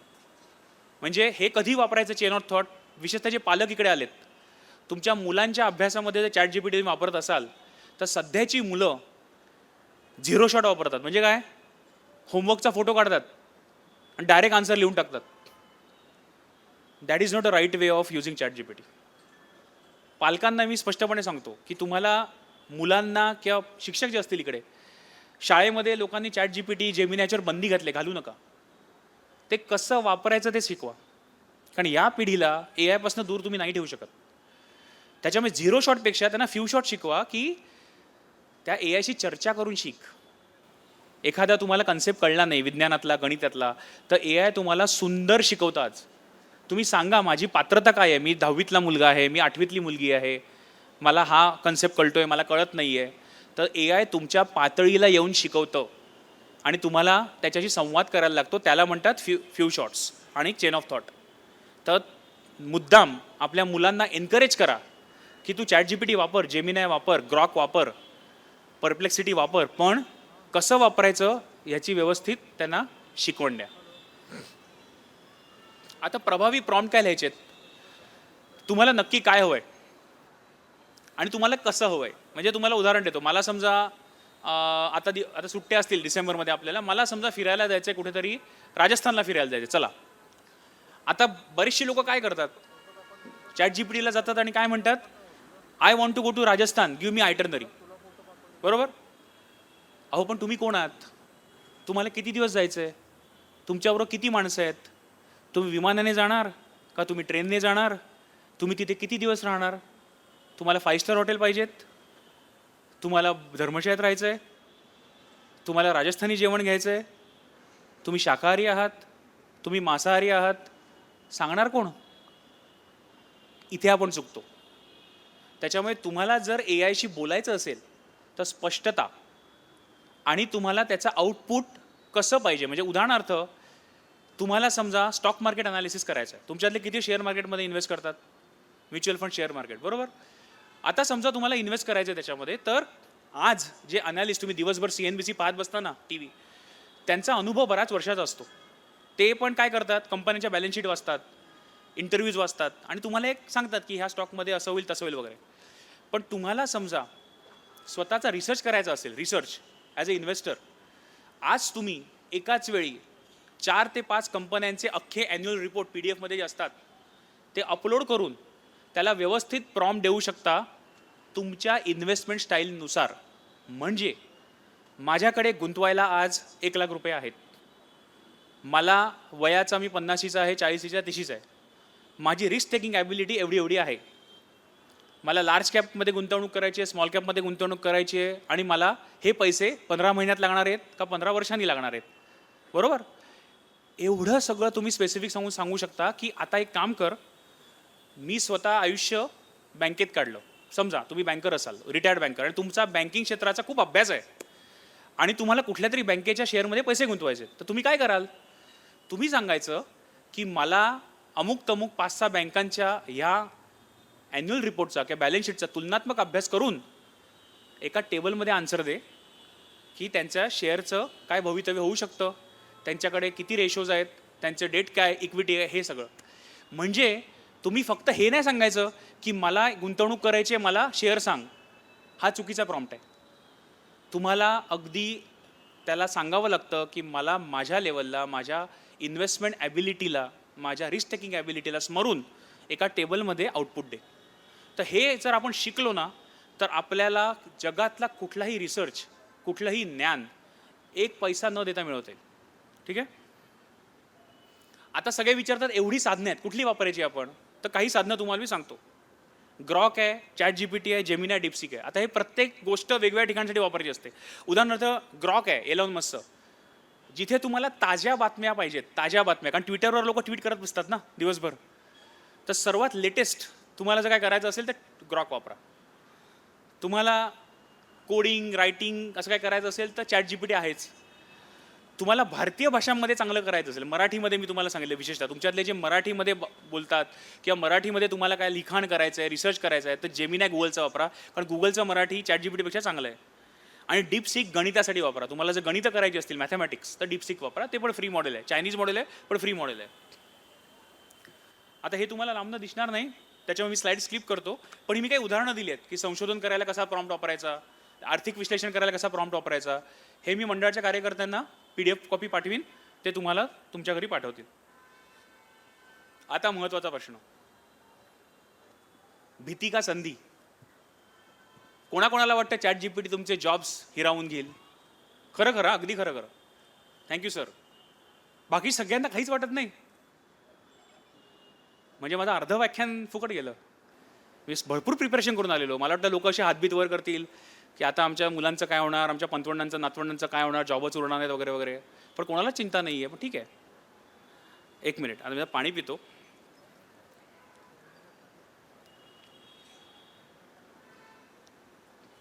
आता हे बघा, इसवी सन पूर्व 8000 ते आत्तापर्यंत काय झालं मी तुम्हाला सांगतो. ओके, आपण कसे जगत होतो? जेव्हा आपण जंगलात होतो, साधारण 50-60 हजार वर्षापूर्वी आपले पूर्वज जेव्हा शिकारी होते तेव्हा ते असे जगत होते. आणि भरपूर वेळ होता त्यांच्याकडे, तरी संघर्ष अस्तित्वासाठी चालू होता. का? तर मला पुढची शिकार कधी मिळेल, मला वाघ येऊन खाणार तर नाही ना, मी आग आजार ते पेटवू शकेन. काडेपेट्या नव्हत्या त्यांच्याकडे, ते गारगोट्या लावून आग लावायचे ना शेकोटीला. तर आणि आयुर्मान किती होतं? जेमतेम 25 वर्षामध्ये माणूस मरून जायचा. मी प्रागैतिहासिक काळाचं गोष्ट म्हणतोय. आणि अख्ख्या जगामध्ये असतील एक 5-1 कोटी लोक त्यावेळेला. ते काय करायचे? तुम्ही तो ग्राफ पहा. जवळजवळ अर्ध आयुष्य ते काम करायचे. आणि काम कसे करायचे? तेव्हा फॅक्टऱ्या होत्या का? ऑफिसं होती का? IT चे जॉब्स होते का? ते बिचारे कळपाने भाले घेऊन, काय त्यांची हत्यार असतील, जंगलात जायचे. कोण आज जनावर मिळते का बघायचे, मारून त्याला आणायचे. मग एकदा शिकार झाली की 3-4 दिवस ते एकत्र सगळं कबीला खायचा, मग पुढच्या शिकारीला परत बिचारे निघायचे. म्हणजे त्यांच्या डोक्याला बॉसचा त्रास नाही, पैशाचं टेन्शन नाही, इंस्टाग्राम तर अजिबात नव्हतं, त्याच्यामुळे मी कसा दिसते ह्याचं काही टेन्शन नाही, तरी बिचाऱ्यांचं आयुष्य संघर्षमय होतं. बरोबर? आता मग काय झालं? नवीन शोध लागले. चाकाचा शोध लागला, आगीचा शोध लागला, नांगराचा शोध लागला, सिंचनाचा शोध लागला. आणि जेव्हा आयुष्याला थोडं स्थैर्य आलं ना, तेव्हा आपल्याला कला, संस्कृती हे गोष्टी सुचायला लागल्या. कारण जर मी आज जगतोय की नाही याची मला भ्रांत आहे, तर मला कला, संस्कृती आणि विज्ञान याचा काही संबंध नाही. आजही बघा तुम्ही, जो श्रमिक वर्ग असतो, विचारा हातावर ज्यांचं पोट असतं, तो कदाचित त्या व्याख्यानमालेला पण येणार नाही. म्हणजे त्यांच्यासाठी मी दिवसभर काम केलं, मी घरी जाऊन शांतपणे झोपतो. हे AI व्याख्यान ऐकायला मी नाही जाणार. आजही असा वर्ग आहे. बरोबर? देवाच्या कृपेने आपल्या सर्वांना एक चांगलं देवाने आयुष्य दिले, आपण इथे सांस्कृतिक ऐकायला व्याख्यानमालेत आलो आहे. हे स्थैर्य कधी येतं? हे स्थैर्य जेव्हा येतं जेव्हा तुमच्या मूलभूत गरजा भागतात, बरोबर? आता त्याच्यामुळे काय झालं, जे तुम्ही 35 तास आधी काम करायचे शिकारीमध्ये, ते शेतीमध्ये 60 तास करायला लागला. पण शेती तुमच्या घराच्या बाजूला होती. तुम्हाला जंगलामध्ये जाऊन कंदमुळं गोळा करायची, प्राणी मारताना तुमचं आयुष्य धोक्यात घालायचं, हे प्रकार करायची गरज नव्हती. मग त्यावेळेला माणसाला किती धक्का बसला असेल. मला येतं फक्त शिकार करायला, आणि आता मला शिकार करायची गरजच नाही. म्हणजे काहीतरी पेरलं की उगवतं चक्क. जे आपणच गृहीत धरतो ते मानवाला किती मोठा धक्का बसला असेल. करायचं काय माणसाने आता? म्हणजे माझं आयुष्य जंगलात गेलं आणि अचानक आता तुम्ही म्हणताय बाजूला काहीतरी ते खण आणि एक बिया पेर. म्हणजे हा आपला पहिला धक्का होता आपल्या मानवजातीला बसलेला, आणि तेव्हा नवीन जॉब्स निर्माण झाले. आता बघा, 2 गोष्टी. शिकार आणि अन्न मिळवायला मला मेहनत करायला लागायची, तीच माझ्या घराच्या बाजूला शेती आली आणि संस्कृतीचा जन्म झाला. आणि श्रमविभागणी अशी झाली, हे नवीन जॉब्स निर्माण झाले. फरक कळतोय? साधारण जेव्हा आपण जंगलात होतो तेव्हा आपण सगळेच शिकारी होतो, सगळ्यांना जगायची भ्रांत होती. पण जेव्हा स्थैर्य आलं तेव्हा हे जॉब्स निर्माण झाले, त्यावेळचे जॉब्स. कोणी शेतकरी बनलं, कोणी व्यापार सुरू केला, कोणी कारागीर झाले, कोणी सैनिक झाले, कोणी प्रशासनात गेले. ही त्यावेळची पण एक प्रकारची कॉम्प्युटर आणि AI क्रांती होती. कारण हे जॉब्स तेव्हा अस्तित्वात होते का? जंगलामध्ये कोणी प्रशासनिक अधिकारी होतं का? जंगलामध्ये कोणी कारागीर होतं का? कोणी नव्हतं. पण हे जॉब्स निर्माण झाले कारण तंत्रज्ञान बदललं. चाकाचा शोध लागला, आगीचा शोध लागला, नांगराचा शोध लागला. आता 60,000 वर्षावर जाऊ दे, एक 600 वर्षावर येऊया. पहिली औद्योगिक क्रांती आपल्याला शाळेत शिकवतात ती जेम्स वॉटची. पण त्याच्या आधी मोठी क्रांती झालेली, ज्याने छपाईचं यंत्र युरोपात आलं. आपण पाहिलं असेल गुटेनबर्गचं बायबल पहिल्यांदा जे छापलं ते. आणि या 550 वर्षाच्या इतिहासामध्ये एकच कहाणी आहे. प्रत्येक वेळी आपल्याला वाटलं आपण रिप्लेस होऊ, तेव्हा प्रत्येक वेळेला आपण आपल्याला उन्नत केलं. कसं उन्नत केलं? जसं आपण मगाशी बघितलं, तंत्रज्ञानाने काय होते, आपली श्रममुक्ती, आपले मेहनत वाचते. आता ऐकता ऐकता तुम्ही ChatGPTवर कम्पेअर करा. ज्या गोष्टीसाठी तुम्हाला पूर्वी 15 पुस्तकं वाचायला लागायची, त्या गोष्टी तुम्हाला ChatGPTत 5 मिनिटात मिळतात, बरोबर? श्रममुक्ती. आणि त्याच्यामुळे होते मानवी प्रगती. याचं कारण ChatGPTने वाचलेला माझा जो वेळ आहे ना, त्या वेळेचं मी काय करायचं हे आपल्या हातात असतं. म्हणजे कौन बनेगा करोडपती कोण कोण बघतं इकडे? अमिताभ बच्चन साहेबांचं KBC चाललंय. जेव्हा कोणाला मस्तपैकी पैसे मिळतात, बच्चन साहेब काय म्हणतात? क्या करिएगा इतने धनराशी का? माहिती आहे ना, फेमस डायलॉग. आपल्याला इथे वेळेचं तसं बघायचं, क्या करिएगा बचे हुए टाइम का. जर माझ्या वाचलेल्या वेळामध्ये मी इंस्टाग्रामला स्क्रोलिंग करत टाइमपास करणार असेल ना, तर AI नक्की धोका आहे. त्या वाचलेल्या वेळामध्ये मी अजून काही शिकीन, 4 माणसांशी बोलीन, सांस्कृतिक कामं करीन, तर AI वरदान आहे. आता नवीन व्यवसाय बघा. मगाशी मी तुम्हाला ते व्यवसाय सांगितले शिकारी नंतर झालेले. पण आता मुद्रण झाल्यामुळे काय झालं? मुद्रक, प्रकाशक, पत्रकार, संपादक, हे सगळे व्यवसाय निर्माण झाले. ते पण नवीन होते. 600 वर्षापूर्वी कोणी संपादक किंवा पत्रकार होतं का? ते छपाई चालू झाले ना सगळे. म्हणजे त्या क्रांतीमध्ये पण नवीन जॉब्स निर्माण झाले. आणि काय झालं? कमाई जास्त झाली, पण कामाचे तास कमी झाले. आणि त्याचा मी आलेख पण आणलाय. आता कारखाने, आपण गिरणगावामध्ये बसलोय. 1800 साली अख्ख्या जगामध्ये जेमतेम कारखाने असतील 15-20, कारण सगळं हाताने व्हायचं, सगळे कारागीर होते. 1900 सालापर्यंत अख्ख्या जगामध्ये 4 लाख कारखाने आले आपल्या भारतासकट. कापड गिरण्या, प्लांट्स, इलेक्ट्रिसिटीचे प्लांट्स, सगळं. का एवढं झालं? आणि ह्या 4 लाख कारखान्यामध्ये कोण काम करायला लागलं? आपले पूर्वज, जे पूर्वी कोकणात शेती करायचे, देशावर शेती करायचे, ते आता मुंबईत येऊन नोकरी करायला लागले. आणि नंतरची तर IT क्रांती आहे आत्ताच्या युगाची. तुम्ही बघाल 2000 नंतर तो आलेख एकदम वरती गेलाय. म्हणजे जेव्हा कॉम्प्युटर आले तेव्हा सुद्धा तुम्हाला आठवत असेल ना की आपल्याला खूप विरोध झाला की आपल्याला कॉम्प्युटर नको. तुमच्यातले जे जुने जाणते आहेत, सरकारमध्ये काम केलेले, बँकेत काम केलेले, तुम्ही पण आंदोलनं केली असतील की कॉम्प्युटरची आपल्याला काही गरज नाही, भरपूर माणसं आहेत भारतामध्ये. आज कॉम्प्युटरशिवाय पान हलतं का आपलं? त्याच कॉम्प्युटरने आपल्याला एवढ्या नोकऱ्या दिल्या आपल्या तरुण पिढीला. तो समृद्धीचा मार्ग काय आहे? नवीन तंत्रज्ञान. मग ते तंत्रज्ञान काही पण असू दे, चाकाचं असू दे, आगीचं असू दे, AI चं असू दे, कम्प्युटरचं असू दे. त्याने आपली होती श्रममुक्ती, त्याने आपल्याला मिळतात नवकल्पना आणि येते समृद्धी. ठीक आहे. आणि म्हणून आपले सगळे पूर्वज आपलं घर सोडून गिरणगावात आले. का? तर आपल्या सर्वांना नोकरी इथे मिळाली आणि आपल्याला एक चांगला रोजगार मिळाला. आणि गंमत बघा, रोजगार मिळाला आणि मानवाचं आयुष्य किती सुखकर झालं. हे आकडे खरे आकडे येतात, हे मी रिसर्च करून काढलेत.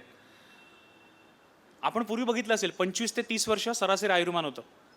औद्योगिक क्रांतीमुळे ते आयुर्मान जरा 40 वर्षापर्यंत पोहोचलं. साक्षरता दर विकसित झाला, कारण आता जॉब्स तुम्हाला भरपूर आले. म्हणजे अगदी इंग्रजांच्या काळात सुद्धा जेव्हा आपल्याकडे इंग्रजी शिक्षण चालू झालं, आपण मेकॉले साहेबाला शिव्या घालतो, पण त्या मेकॉले साहेबाच्यामुळे आपल्या आजोबांना, आपल्या वडिलांना नोकऱ्या मिळाल्या. सरकारी नोकऱ्या मिळाल्या, बँकेत नोकऱ्या मिळाल्या, रेल्वेत नोकऱ्या मिळाल्या. त्याच्यानंतर आलं विद्युतीकरण युग, साधारण 100 वर्षापूर्वी. आणि त्याने तर महिलांचे घरगुती, आता इथे महिला आहेत त्यांना हे खूप, म्हणजे आपण म्हणतो ना की घरातल्या बाईची किंमत नसते, पण डेटा बघा काय सांगतो तुम्हाला. तंत्रज्ञान वेळ वाचवतं. एका वॉशिंग मशीनमुळे तुमचे आठवड्याचे 4 तास वाचतात. पूर्वी बायका हाताने कपडे धुवायच्या. फ्रीजमुळे 2 तास वाचतात. का? तर रोज जेवण करायची गरज नाही. कालचं उरलेलं आज मी फ्रीजमध्ये टाकून गरम करून खाऊ शकते. आणि गॅस स्टोव, पूर्वीसारखं चुली फुकायची गरज नाही. त्याने काय झालं? महिलांच्या घरगुती कामाचा वेळ कमी झाला आणि महिला बाहेर जाऊन कामं करायला लागल्या.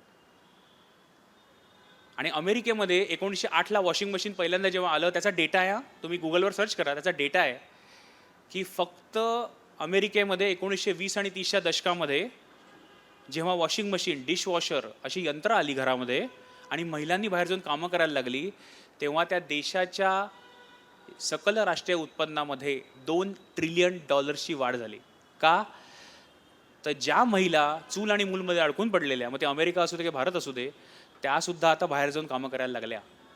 म्हणजे परत तो पॅटर्न रिपीट होतोय ना, श्रममुक्ती. त्या बाईला बिचारीला घराच्या कामातनं वेळ नसायचा, तिचा थोडा वेळ वाचला तर ती ऑफिसला जाऊन काम करायला लागली. आणि हे आपण भारतात सुद्धा 60-70च्या दशकात पाहिलेलं आहे. आपल्याकडून महिला नोकरी करायला लागल्या, सुबत्ता आली, 2 संसारामध्ये दोघं कमावायला लागले वगैरे वगैरे.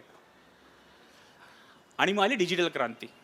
तिथे तर आपल्याला सरासरी आयुर्मान 70पर्यंत पोचलं. 70पर्यंत पोचलं, जे पूर्वी आपण ऐकलं असेल की आपल्या आजी आजोबांच्या काळामध्ये 45-50 मध्ये लोक जायची. आणि तुम्हाला गंमत माहिती आहे, आपलं रिटायरमेंटचं एज काय आहे सध्या? माणूस किती साली रिटायर होतो स्वतःच्या? 58-60. का ते वय आलं? 58 कोणी ठरवलं? का नाही 50? का नाही पण 70? माणसं 70पर्यंत जगायची. माणसं 70पर्यंत जगायची, कारण तेव्हा एवढं आरोग्य सुविधा, एवढं तंत्रज्ञान नव्हतंच. मग शेवटची 12-15 वर्ष मुला नातवंडामध्ये जगू दे म्हणून 58 वर्षी रिटायर करायचे. पण आज वरिष्ठ नागरिक 80-90 पर्यंत चांगल्या शहरामध्ये व्यवस्थित जगतात, आपल्या मुलाबाळांना मार्गदर्शन करतात, सामाजिक कार्य करतात. म्हणजे आयुर्मान वाढलं. एका अख्ख्या पिढीचं तुम्ही नॉलेज, ज्ञान पुढच्या पिढीसाठी वापरू शकलात. ही केवढी मोठी क्रांती आहे.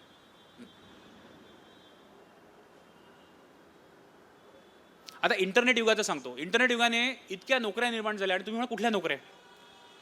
5 वर्षापूर्वी 10 मिनिटामध्ये घरी डाळ तांदूळ येते. कल्पना केली असते तुम्ही? आज ॲप दाबलं की येतं ना तो माणूस. आज मला जेवण नाही करायचं, स्विगीवर बटन दाबा, झोमॅटोवर बटन दाबा, घरी जेवण येतं. आणि तुम्हाला गंमत माहिती आहे, अख्ख्या देशभरामध्ये, भारतामध्ये जवळजवळ 18 ते 20 लाख तरुणांना हा रोजगार मिळाला आहे. आता आपल्या भाबड्या मराठी मनाला कदाचित ते पटणार नाही, कारण आपली सवय काय आहे, आम्हाला परमनंट नोकरी पाहिजे, सरकारी नसेल तर IT मधली पाहिजे. त्या बिचाऱ्यांना काय, रोज बिचारे असे जेवण पोचवतात घरपोच, त्यांना 20-20 रुपये मिळतात. पण ते सन्मानाने रोजगार मिळवतात, हे लक्षात ठेवा. तुमच्या करिअरच्या संकल्पनामध्ये ते बसत नसतील, पण ती स्विगी, झोमॅटो, बिग बास्केटची मुलं जी तुमच्या घरी जेवण आणि ग्रोसरीज घेऊन येतात, ती सन्मानाने आज पैसे कमवत आहेत. आणि मध्ये इंस्टाग्रामला व्हिडिओ आलेले की बंगळुरूमध्ये एक झोमॅटोचा रायडर होता, त्याने सांगितलं माझी दिवसाला 4 तास डिलिव्हरी करून मी महिन्याचे 80,000 कमवतो. नाही, खरंच टाळ्या वाजवा. हे त्यांच्या श्रमाची किंमत आहे. आणि आज आपली मुलं, मराठी मध्यमवर्गीय मुलं, BSc BCom इंजिनियर होऊन 15,000 20,000च्या नोकऱ्या शोधायला फिरतात. का? तर आपली मानसिकता की परमनंट नोकरी आली तरच चांगली. त्याच्यामुळे ही जी नवीन नोकऱ्या निर्माण झाल्या ना, ती इंटरनेटची मोठी शक्ती आहे. आणि ह्या त्या सगळ्या नोकऱ्या, या सगळ्या नोकऱ्या 10 वर्षापूर्वी कोणी ऐकल्या पण नव्हत्या. आणि मी एवढं तुम्हाला का सांगतो, तुम्ही AI ऐकायला आलाय, पण AI हे मला तुम्हाला हेच सांगायचं की हे रिपीट होतंय. दर 20 वर्षांनी, दर 50 वर्षांनी काहीतरी नवीन येतं, लोक घाबरतात, पण शेवटी सगळं चांगलं होतं. का? तर अशा नोकऱ्या निर्माण होतात ज्या आपण कधी आयुष्यात ऐकल्या नव्हत्या, आणि असे जॉब्स, उद्योगधंदे निर्माण होतात जे आपल्याला माहिती पण नव्हते.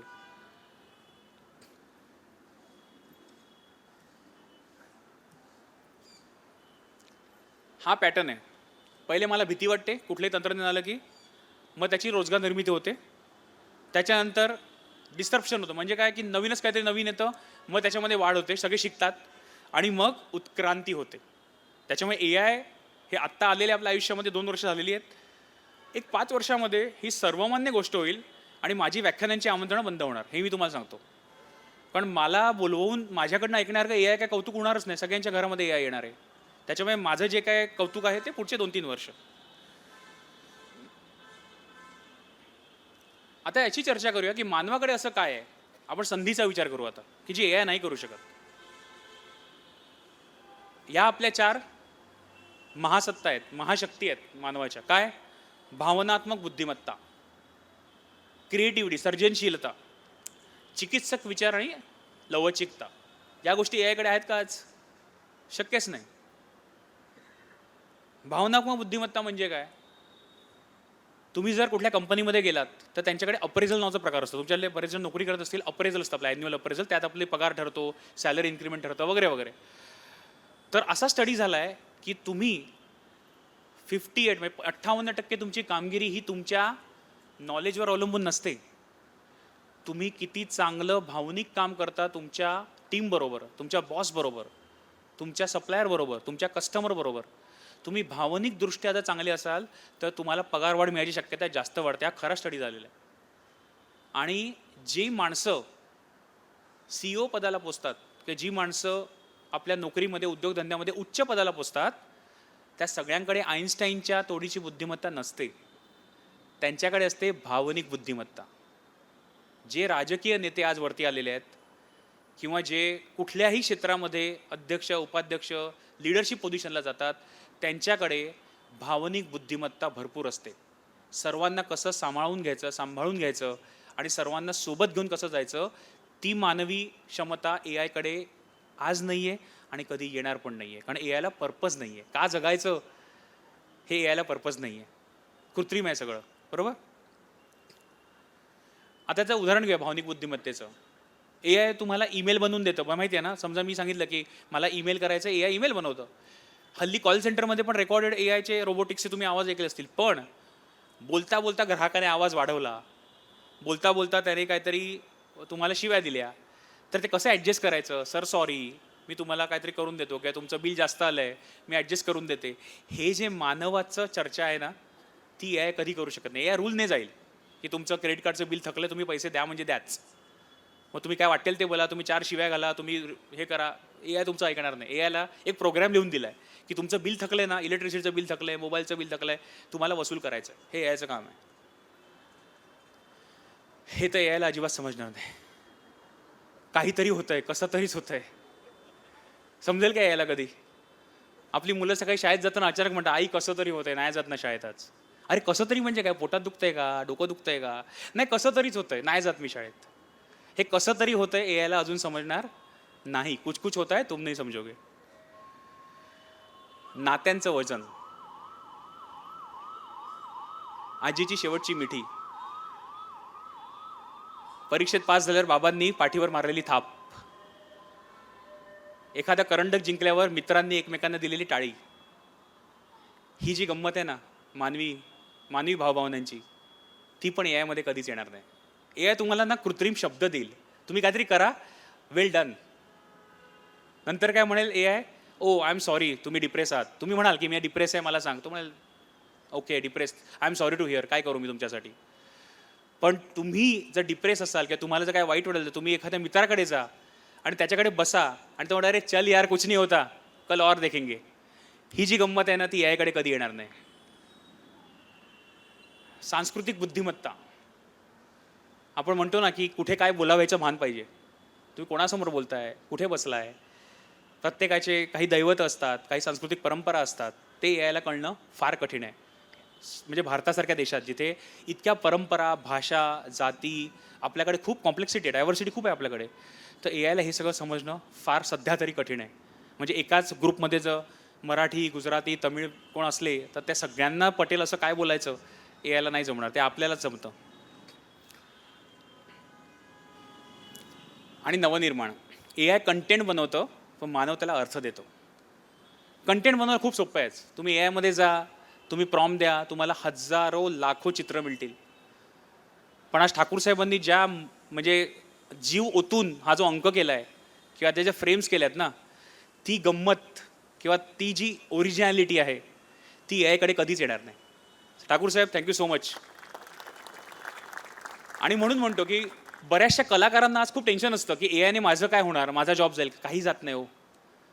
आज तुम्ही झुडिओमध्ये किंवा H&Mमध्ये गेलात ना, तुम्हाला फास्ट फॅशन खूप मिळते, तरी तुम्ही हातमागाच्या पैठणीला अजूनही 15,000 देता ना, देता की नाही. त्याच्यामुळे तेथे पाहिजे जातीचे हाताने केलेलं काम, मानवाने हाताने केलेलं चित्र, एखादं गायलेलं संगीत, ह्याला काहीही धोका नाही. तुम्हाला ए आयने तुम्ही हजारो गाणी बनवू शकता, कविता बनवू शकता, चित्र बनवू शकता, पण अजूनही तुम्ही एखाद्या संगीतकाराला जाऊन लाईव्ह ऐकणं हा जो अनुभव आहे, ती तृप्ती तुम्हाला ए आय कधीच देऊ शकणार नाही. आणि ही एक गंमत आहे. हे पुलंचं खूप सुंदर वाक्य आहे आणि त्याची शेवटची ओळ बघा, बाकी वाचू नका. पोटापाण्याचा उद्योग तुम्हाला जगवेल, पण कलेशी जमलेली मैत्री तुम्ही का जगायचं हे सांगून जाईल. हे पुलंनी लिहून ठेवलंय. तर ए आय जे आहे ना, तुम्हाला पोटापाण्याच्या उद्योगामध्ये मदत करेल, पण का जगायचं हे तुमचं तुम्हाला ठरवायला लागेल. आणि चिकित्सक विचार, आता मी मगाशी असं बोललो ना की खोटं, ए आयचं हॅल्युसिनेशन खूप होतं, खोटेपणा खूप आहे. मग त्याच्यामध्ये काय खरं काय खोटं हे आपल्यालाच ठरवायचं आहे मानव म्हणून, बरोबर. मी थोड्याशा स्लाईड स्किप करतोय कारण मला माहिती आहे 10 वाजता आपल्याला बंद करायचं आहे. तर आता आपल्याला काय करायचं आहे, आपल्याला ए आय आणि मानवाला एकत्र जगायचं आहे. म्हणजे काय, मी मगाशी म्हणालो तसं की गणनावे, कॅल्क्युलेशन स्पीड, आपल्या कोणाकडे एकाच वेळेला एवढी गणितं करणं की एवढं कॅल्क्युलेशन करण्यास स्पीड आपल्याकडे नाही आहे, दुर्दैवाने नाही आहे, कोणाकडेच नाही. म्हणजे तुमच्या गणितामध्ये 100 मार्क मिळत असाल, तुम्हाला गणित आवडत असेल, तर तुम्ही एका वेळी एवढी गणना करू शकत नाही, मेंदू थकून जाईल आपला.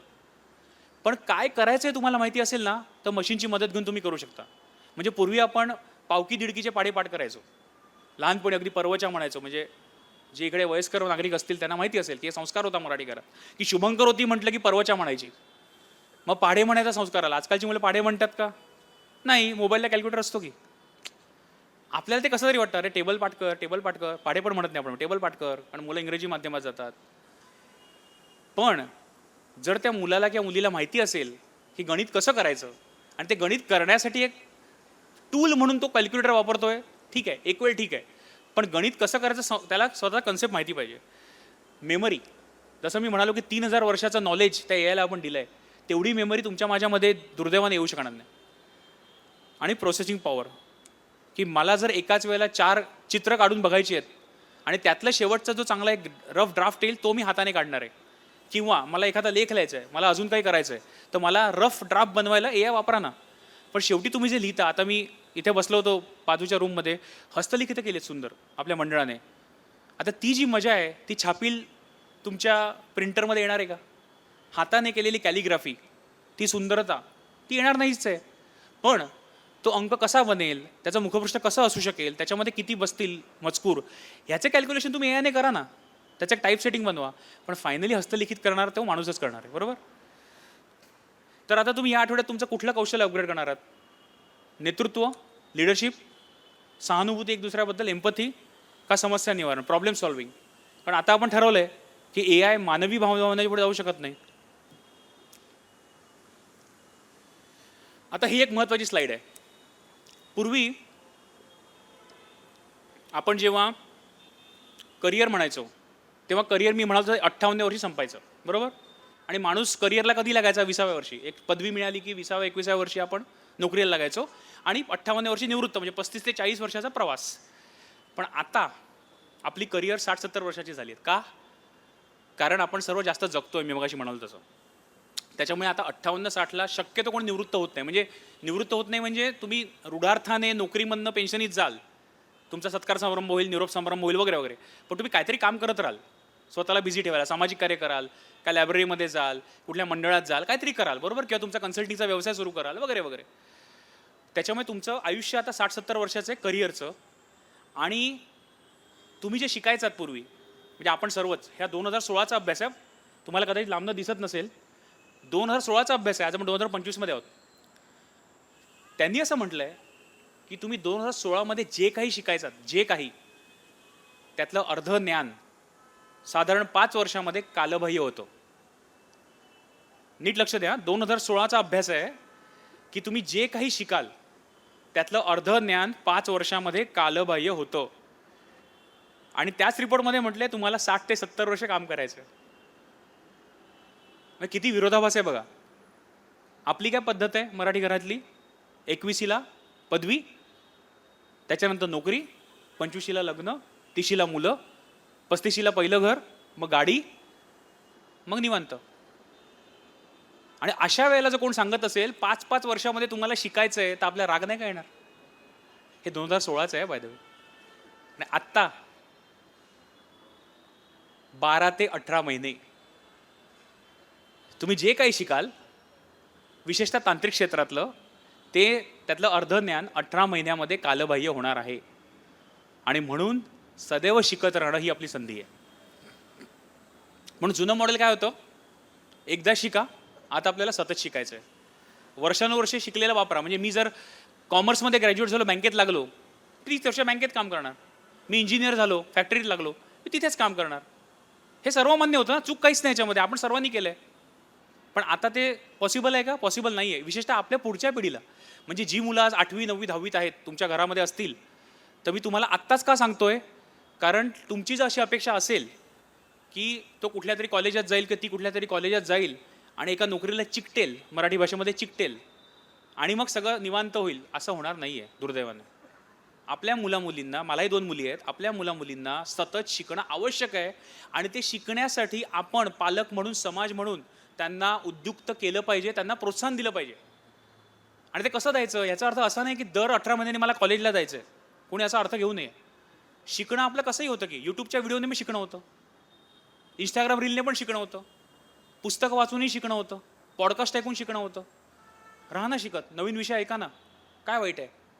आणि त्यासाठी गव्हर्नमेंटचे कोर्सेस पण आहेत जे फ्रीमध्ये आहेत. आणि नोकऱ्याबद्दल म्हणाल ना, परत भीती का संधीकडे येतो. नोकऱ्याकडे म्हणाल ना, तर वर्ल्ड इकॉनॉमिक फोरमचा रिपोर्ट आहे 2030 पर्यंत. ह्या 2030मध्ये असं होणार आहे की 17 कोटी नवीन नोकऱ्या निर्माण होणार आहेत, 9.5 कोटी साधारण विस्थापित होणार आहेत. म्हणजे काय? त्याचं स्वरूप बदलेल. आणि 7.5 कोटी नोकऱ्या नवीन निर्माण होणार आहेत. आणि त्यातल्या जवळजवळ 80 ते 85% नोकऱ्यांचं टायटल आपल्याला माहिती नाही आहे. नीट लक्ष द्या. जसं मी तुम्हाला मग अशी स्लाईड दाखवली, इंटरनेटमुळे हे उद्योग निर्माण झाले. आज आपल्याला, म्हणजे मला सुद्धा या क्षेत्रातला तज्ज्ञ असून 2030 साली Naukri.com किंवा लिंक्डइनवर असलेल्या 80% नोकऱ्यांचं जॉब टायटलच माहिती नाही आहे. कारण AI नवीन नोकऱ्या काय घेऊन येईल हेच आपल्याला माहिती नाही आहे. थोड्या माहिती आहेत, त्या मी सांगेन, म्हणजे आहेत माझ्याकडे, लिस्ट आहे त्याच्यामध्ये. AI नीती अधिकारी आहे, डेटा विश्लेषक आहे, AI प्रशिक्षण तज्ज्ञ आहे, वगैरे वगैरे. त्याला किती पगार मिळतो वगैरे सगळा डेटा आहे, तो डेटा पाठवीन मी. पण ह्या 5-6 नोकऱ्या सोडल्या, प्रॉम्प्ट इंजिनिअरिंग, बिग डेटा तज्ज्ञ किंवा मशीन लर्निंग, आपल्याला हे माहितीच नाही आहे की 2030मध्ये नवीन नोकऱ्या कुठल्या येतील. तर आता शेवटचे 5 मिनटं घेतो तुमची मी. आता एवढं सगळं ऐकलं, थोडंसं डोकं भिरभिरलं का? खरं सांगा. खूप काय ऐकलं ना 50 मिनिटात? भयंकर काहीतरी ऐकलं. आता जरा चांगली गोष्ट सांगतो तुम्हाला. AI ची संधी कशी आहे? मानवाला भेडसावणारे जे मूलभूत प्रश्न आहेत, ऊर्जा, स्वच्छ पाणी, अन्न सुरक्षा, आरोग्य, ह्याच्यामध्ये आज AI मध्ये खूप तंत्रज्ञान पुढे गेलं आहे. म्हणजे तुम्ही कोविडच्या वेळेला पाहिलं असेल, लस आपली 1 वर्षात आली, आठवते ना? कोविन. पण एखादी लस, तुमच्यातले जे वैद्यकीय क्षेत्रातले असतील, एखादी लस किंवा एखादं औषध बाजारात यायला जवळजवळ 10 वर्षाच्या चाचण्या लागतात. त्याशिवाय तुम्हाला सरकार किंवा रेग्युलेटर्स ते औषध मानवावर परिणाम करायची संधी देत नाही. पण कोविडमध्ये आपण mRNA वॅक्सिन लस लगेच आणली 12 महिन्यात. साथरोग आटोक्यात आला. कसा आला? प्रोटीन फोल्डिंगचे जे सिम्युलेशन्स अल्गोरिदम होते ते त्यांनी AI ने चालवले. तर नवीन औषधांचा शोध असेल किंवा शुद्ध पाण्यासाठी मला आज बऱ्याचशा ठिकाणी आपण शुद्ध पाणी नाही मिळत, मग त्याच्यासाठी मला तंत्रज्ञान वापरता येईल का? की अन्न सुरक्षा, आज जगातलं जवळजवळ 50% अन्न फुकट जातं. म्हणजे अमेरिकेसारख्या देशामध्ये 50% अन्न फुकट जातं आणि आफ्रिकेमध्ये भूकबळी होतात. ही विषमता बघा. जिथे आहेरी आणि नाहिरे वर्गामध्ये जिथे भरपूर अन्न आहे ते अन्न फुकट जाते, लोक फेकून देत आहेत, आणि काही देशामध्ये अन्न मिळत नाही आहे, भूकबळी होत आहेत. मग अशा वेळेला जर आपण AI ने सप्लाय चेन चांगली केली, म्हणजे काय की अन्नाची नासाडी कमीत कमी व्हावी, असं जर अन्नाची आपण साखळी बनवली, पुरवठा साखळी बनवली, तर आपलं अन्न सुरक्षा होईल. हवामान बदल आणि शिक्षण. आता तुम्ही पाहिलं असेल पूर्वी, म्हणजे साधारण एक 80-90च्या दशकामध्ये ओरिसामध्ये चक्रीवादळ दरवर्षी येतात, बरोबर? आणि आपण पूर्वी बातम्या ऐकल्या असतील की 100 लोक मेले, 200 लोक मेले, 250 लोक मेले. आता हल्ली एवढी लोक जातात का? का नाही जात? कारण चक्रीवादळ यायच्या आधी आपल्याला किमान 5 दिवस सूचना मिळते की असं असं चक्रीवादळ आंध्रच्या किनारपट्टीवर येणार आहे. मध्ये आपल्याकडे तौक्ते चक्रीवादळ आलेलं कोविडमध्ये, तुम्हाला आठवलं, मुंबईमध्ये आलेलं चक्रीवादळ किंवा ओरिसामध्ये आलेलं. तर आधीच कळतं की त्याचा मार्ग कसा असेल, त्याचे वारे किती वाहतील, किती स्पीडने ते येईल, आणि आपण वेळीच माणसांना सुरक्षित ठिकाणी नेऊन, जनावरांना सुरक्षित ठिकाणी नेऊन त्यांचे जीव वाचवू शकतो. म्हणजे हे सगळं जे तंत्रज्ञान आहे हे पण AIच वापरतं, म्हणजे त्याचा विधायक उपयोग आहे. तर आता करायचं काय? हे शेवटच्या 3 स्लाईड्स आहेत. करायचं काय? तुमच्यातले जी लहान मुलं आहेत ना, आता ते त्या स्लाईड वाचणार नाहीत, पालकांनी वाचा. जी तुमच्याकडे लहान मुलं आहेत 6 ते 12 वर्षाची, त्यांना तुम्ही code.org नावाची एक वेबसाईट आहे, code.org, तिथे जाऊन त्यांना AIचे गेम खेळू दे बिंदास. त्यांना फालतू कुठले तरी तुम्ही गेम्स खेळायला देण्यापेक्षा ह्या वेबसाईटला जाऊन code.org वर गेम खेळायला द्या. एक गुगल टीचेबल मशीन म्हणून आहे, एक मस्त वेबसाईट आहे, ज्याच्यावर तुम्हाला मशीन लर्निंगचे कन्सेप्ट मुलांना समजतील अशा पद्धतीने दिलेले आहेत. सर्व मुलांना ते करायला सांगा आणि त्यांना AIशी मैत्री करायला सांगा. याचं कारण काय? तुम्ही आज मुलाला म्हटलं मोबाईल वापरू नकोस, चोरून तुमचा मुलगा मोबाईल वापरणारच आहे. कुठल्या पालकाची हिंमत आहे सांगण्याची माझ्या मुलाला मोबाईल हात लावायला देत नाही? सांगून दाखवावं, एकाने हात वर करावा, घरामध्ये महाभारत घडेल. मग जर तुमचं मूल तुमचं ऐकणारच नाही आहे तर त्याला मोबाईल कशाला देताय, त्याला iPad कशाला देताय, लॅपटॉप कशाला देताय, या गोष्टीला द्या आणि encourage him or her to work on this kind of solutions. ठीक आहे. त्याच्यानंतर जी तुमच्याकडे 13 ते 19 म्हणजे साधारणपणे एक 7वी ते 12वी ह्या वयोगटातली मुलं आहेत, त्यांनी काय करायचं? कोर्सेरावर एक AI फॉर एव्हरीवन नावाचा कोर्स आहे, सर्वांनी करायचा. त्या मुलांना ते करायला द्यायचं. प्रॉम्प्ट इंजिनिअरिंग शिका, त्याचं गाईड मी पाठवून देईन, पण प्रॉम्प्ट इंजिनिअरिंगचे खूप फ्री कोर्सेस आहेत, ते शिका. आणि बरीचशी AI टूल्स तुम्हाला आता वाईप कोडिंग करायला देतात. वाईप कोडिंग म्हणजे काय? मी जसं मगाशी म्हणालो, तुम्हाला कम्प्युटर प्रोग्रॅमिंगचा गंध नसताना तुम्ही आज कम्प्युटरची ॲप्लिकेशन बनवू शकता. आणि ती ॲप्लिकेशन काही असू देत. म्हणजे आज जर वेळ असता तर मी तुम्हाला काही डेमोज पण दाखवले असते, पण आपल्याला वेळ नाही दुर्दैवाने, 10 वाजलेत ऑलरेडी. पण सोपं आहे. म्हणजे तुम्हाला समजा महिन्याची वाणसामानाची यादी असं एक मोबाईल ॲप बनवायचं आहे आणि तुम्हाला कोडिंगचा किट येत नाही, तुम्ही सरळ परप्लेक्सिटीमध्ये जा, AI लॅब्समध्ये किंवा गुगलमध्ये जा, जेमिनायमध्ये, आणि सांगा की मला असं असं ॲप्लिकेशन बनवून दे.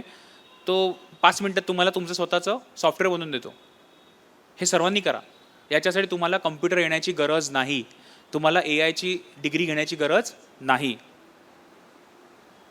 आता व्यावसायिकांनी काय करायचं आहे किंवा मध्यमवयीन जे तरुणाई आहे त्यांनी AIला न घाबरता तुमच्या क्षेत्रामध्ये तुम्हाला AI कसं वापरता येईल. तुम्ही वकील असाल, डॉक्टर असाल, तुम्ही CA असाल, तुम्ही कुठल्या तरी बँकेत काम करत असाल, तुम्ही पत्रकार असाल, तुम्ही पोलीस असाल, तुम्ही जे कोणी असाल, तुम्ही जे काम करताय त्याच्यामध्ये मला AI कसं वापरता येईल ह्याचा रोज दिवसाला तुम्हाला 2 ते 3 तास काढायचे आणि सहज होतात. आणि लोक मला विचार कसे काढणार, आम्हाला वेळच मिळत नाही.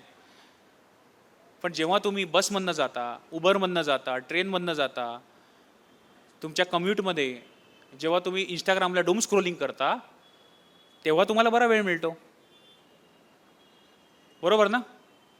खरं खरं सांगा, तुम्ही एकदा इंस्टाग्राममध्ये का यूट्यूब शॉर्ट्समध्ये घुसलात 40 मिनटं कशी गेली कळत नाहीत, बरोबर?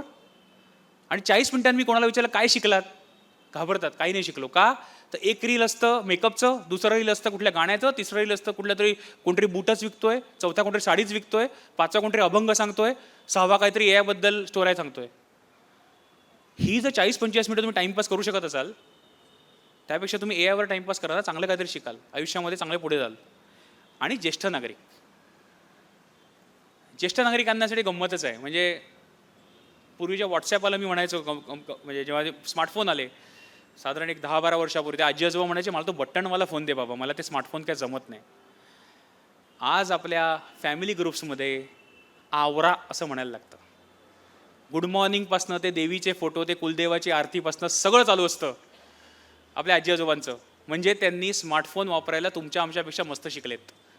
मग जर ही पिढी ज्यांना एवढा अनुभव आहे आयुष्याचा, ते जर वयाच्या 60व्या-70व्या वर्षी व्हॉट्सॲप, फेसबुक हे शिकत असतील, तर त्यांना AI शिकणं काही कठीण नाही आहे.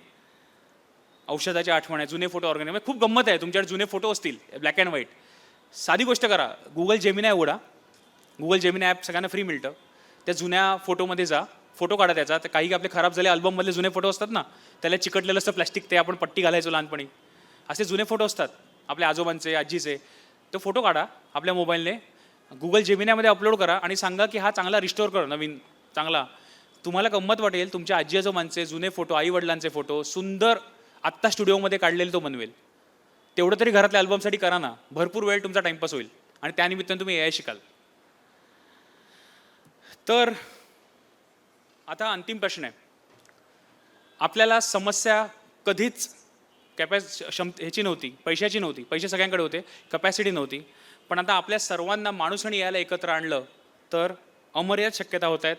आणि म्हणून मी सर्वांना सांगतो, कायदा पाळा गतीचा, काळ मागे लागला, थांबला तो संपला, धावत याला शक्ती येई, AI वापरेल त्याला शक्ती येणार.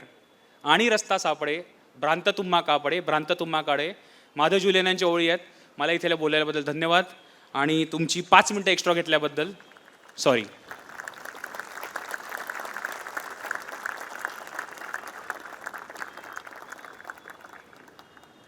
धन्यवाद सर.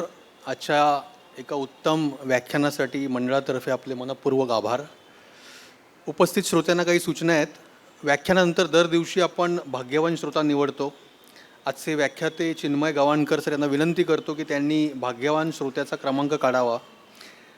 भाग्यवान श्रोत्यांनी आपला क्रमांक घेऊन पाहुण्यांच्या खोलीमध्ये यायचं आहे. वक्त्यांच्या हस्ते त्यांना पुस्तकांचं कुपन भेटवस्तू दिलं जाईल.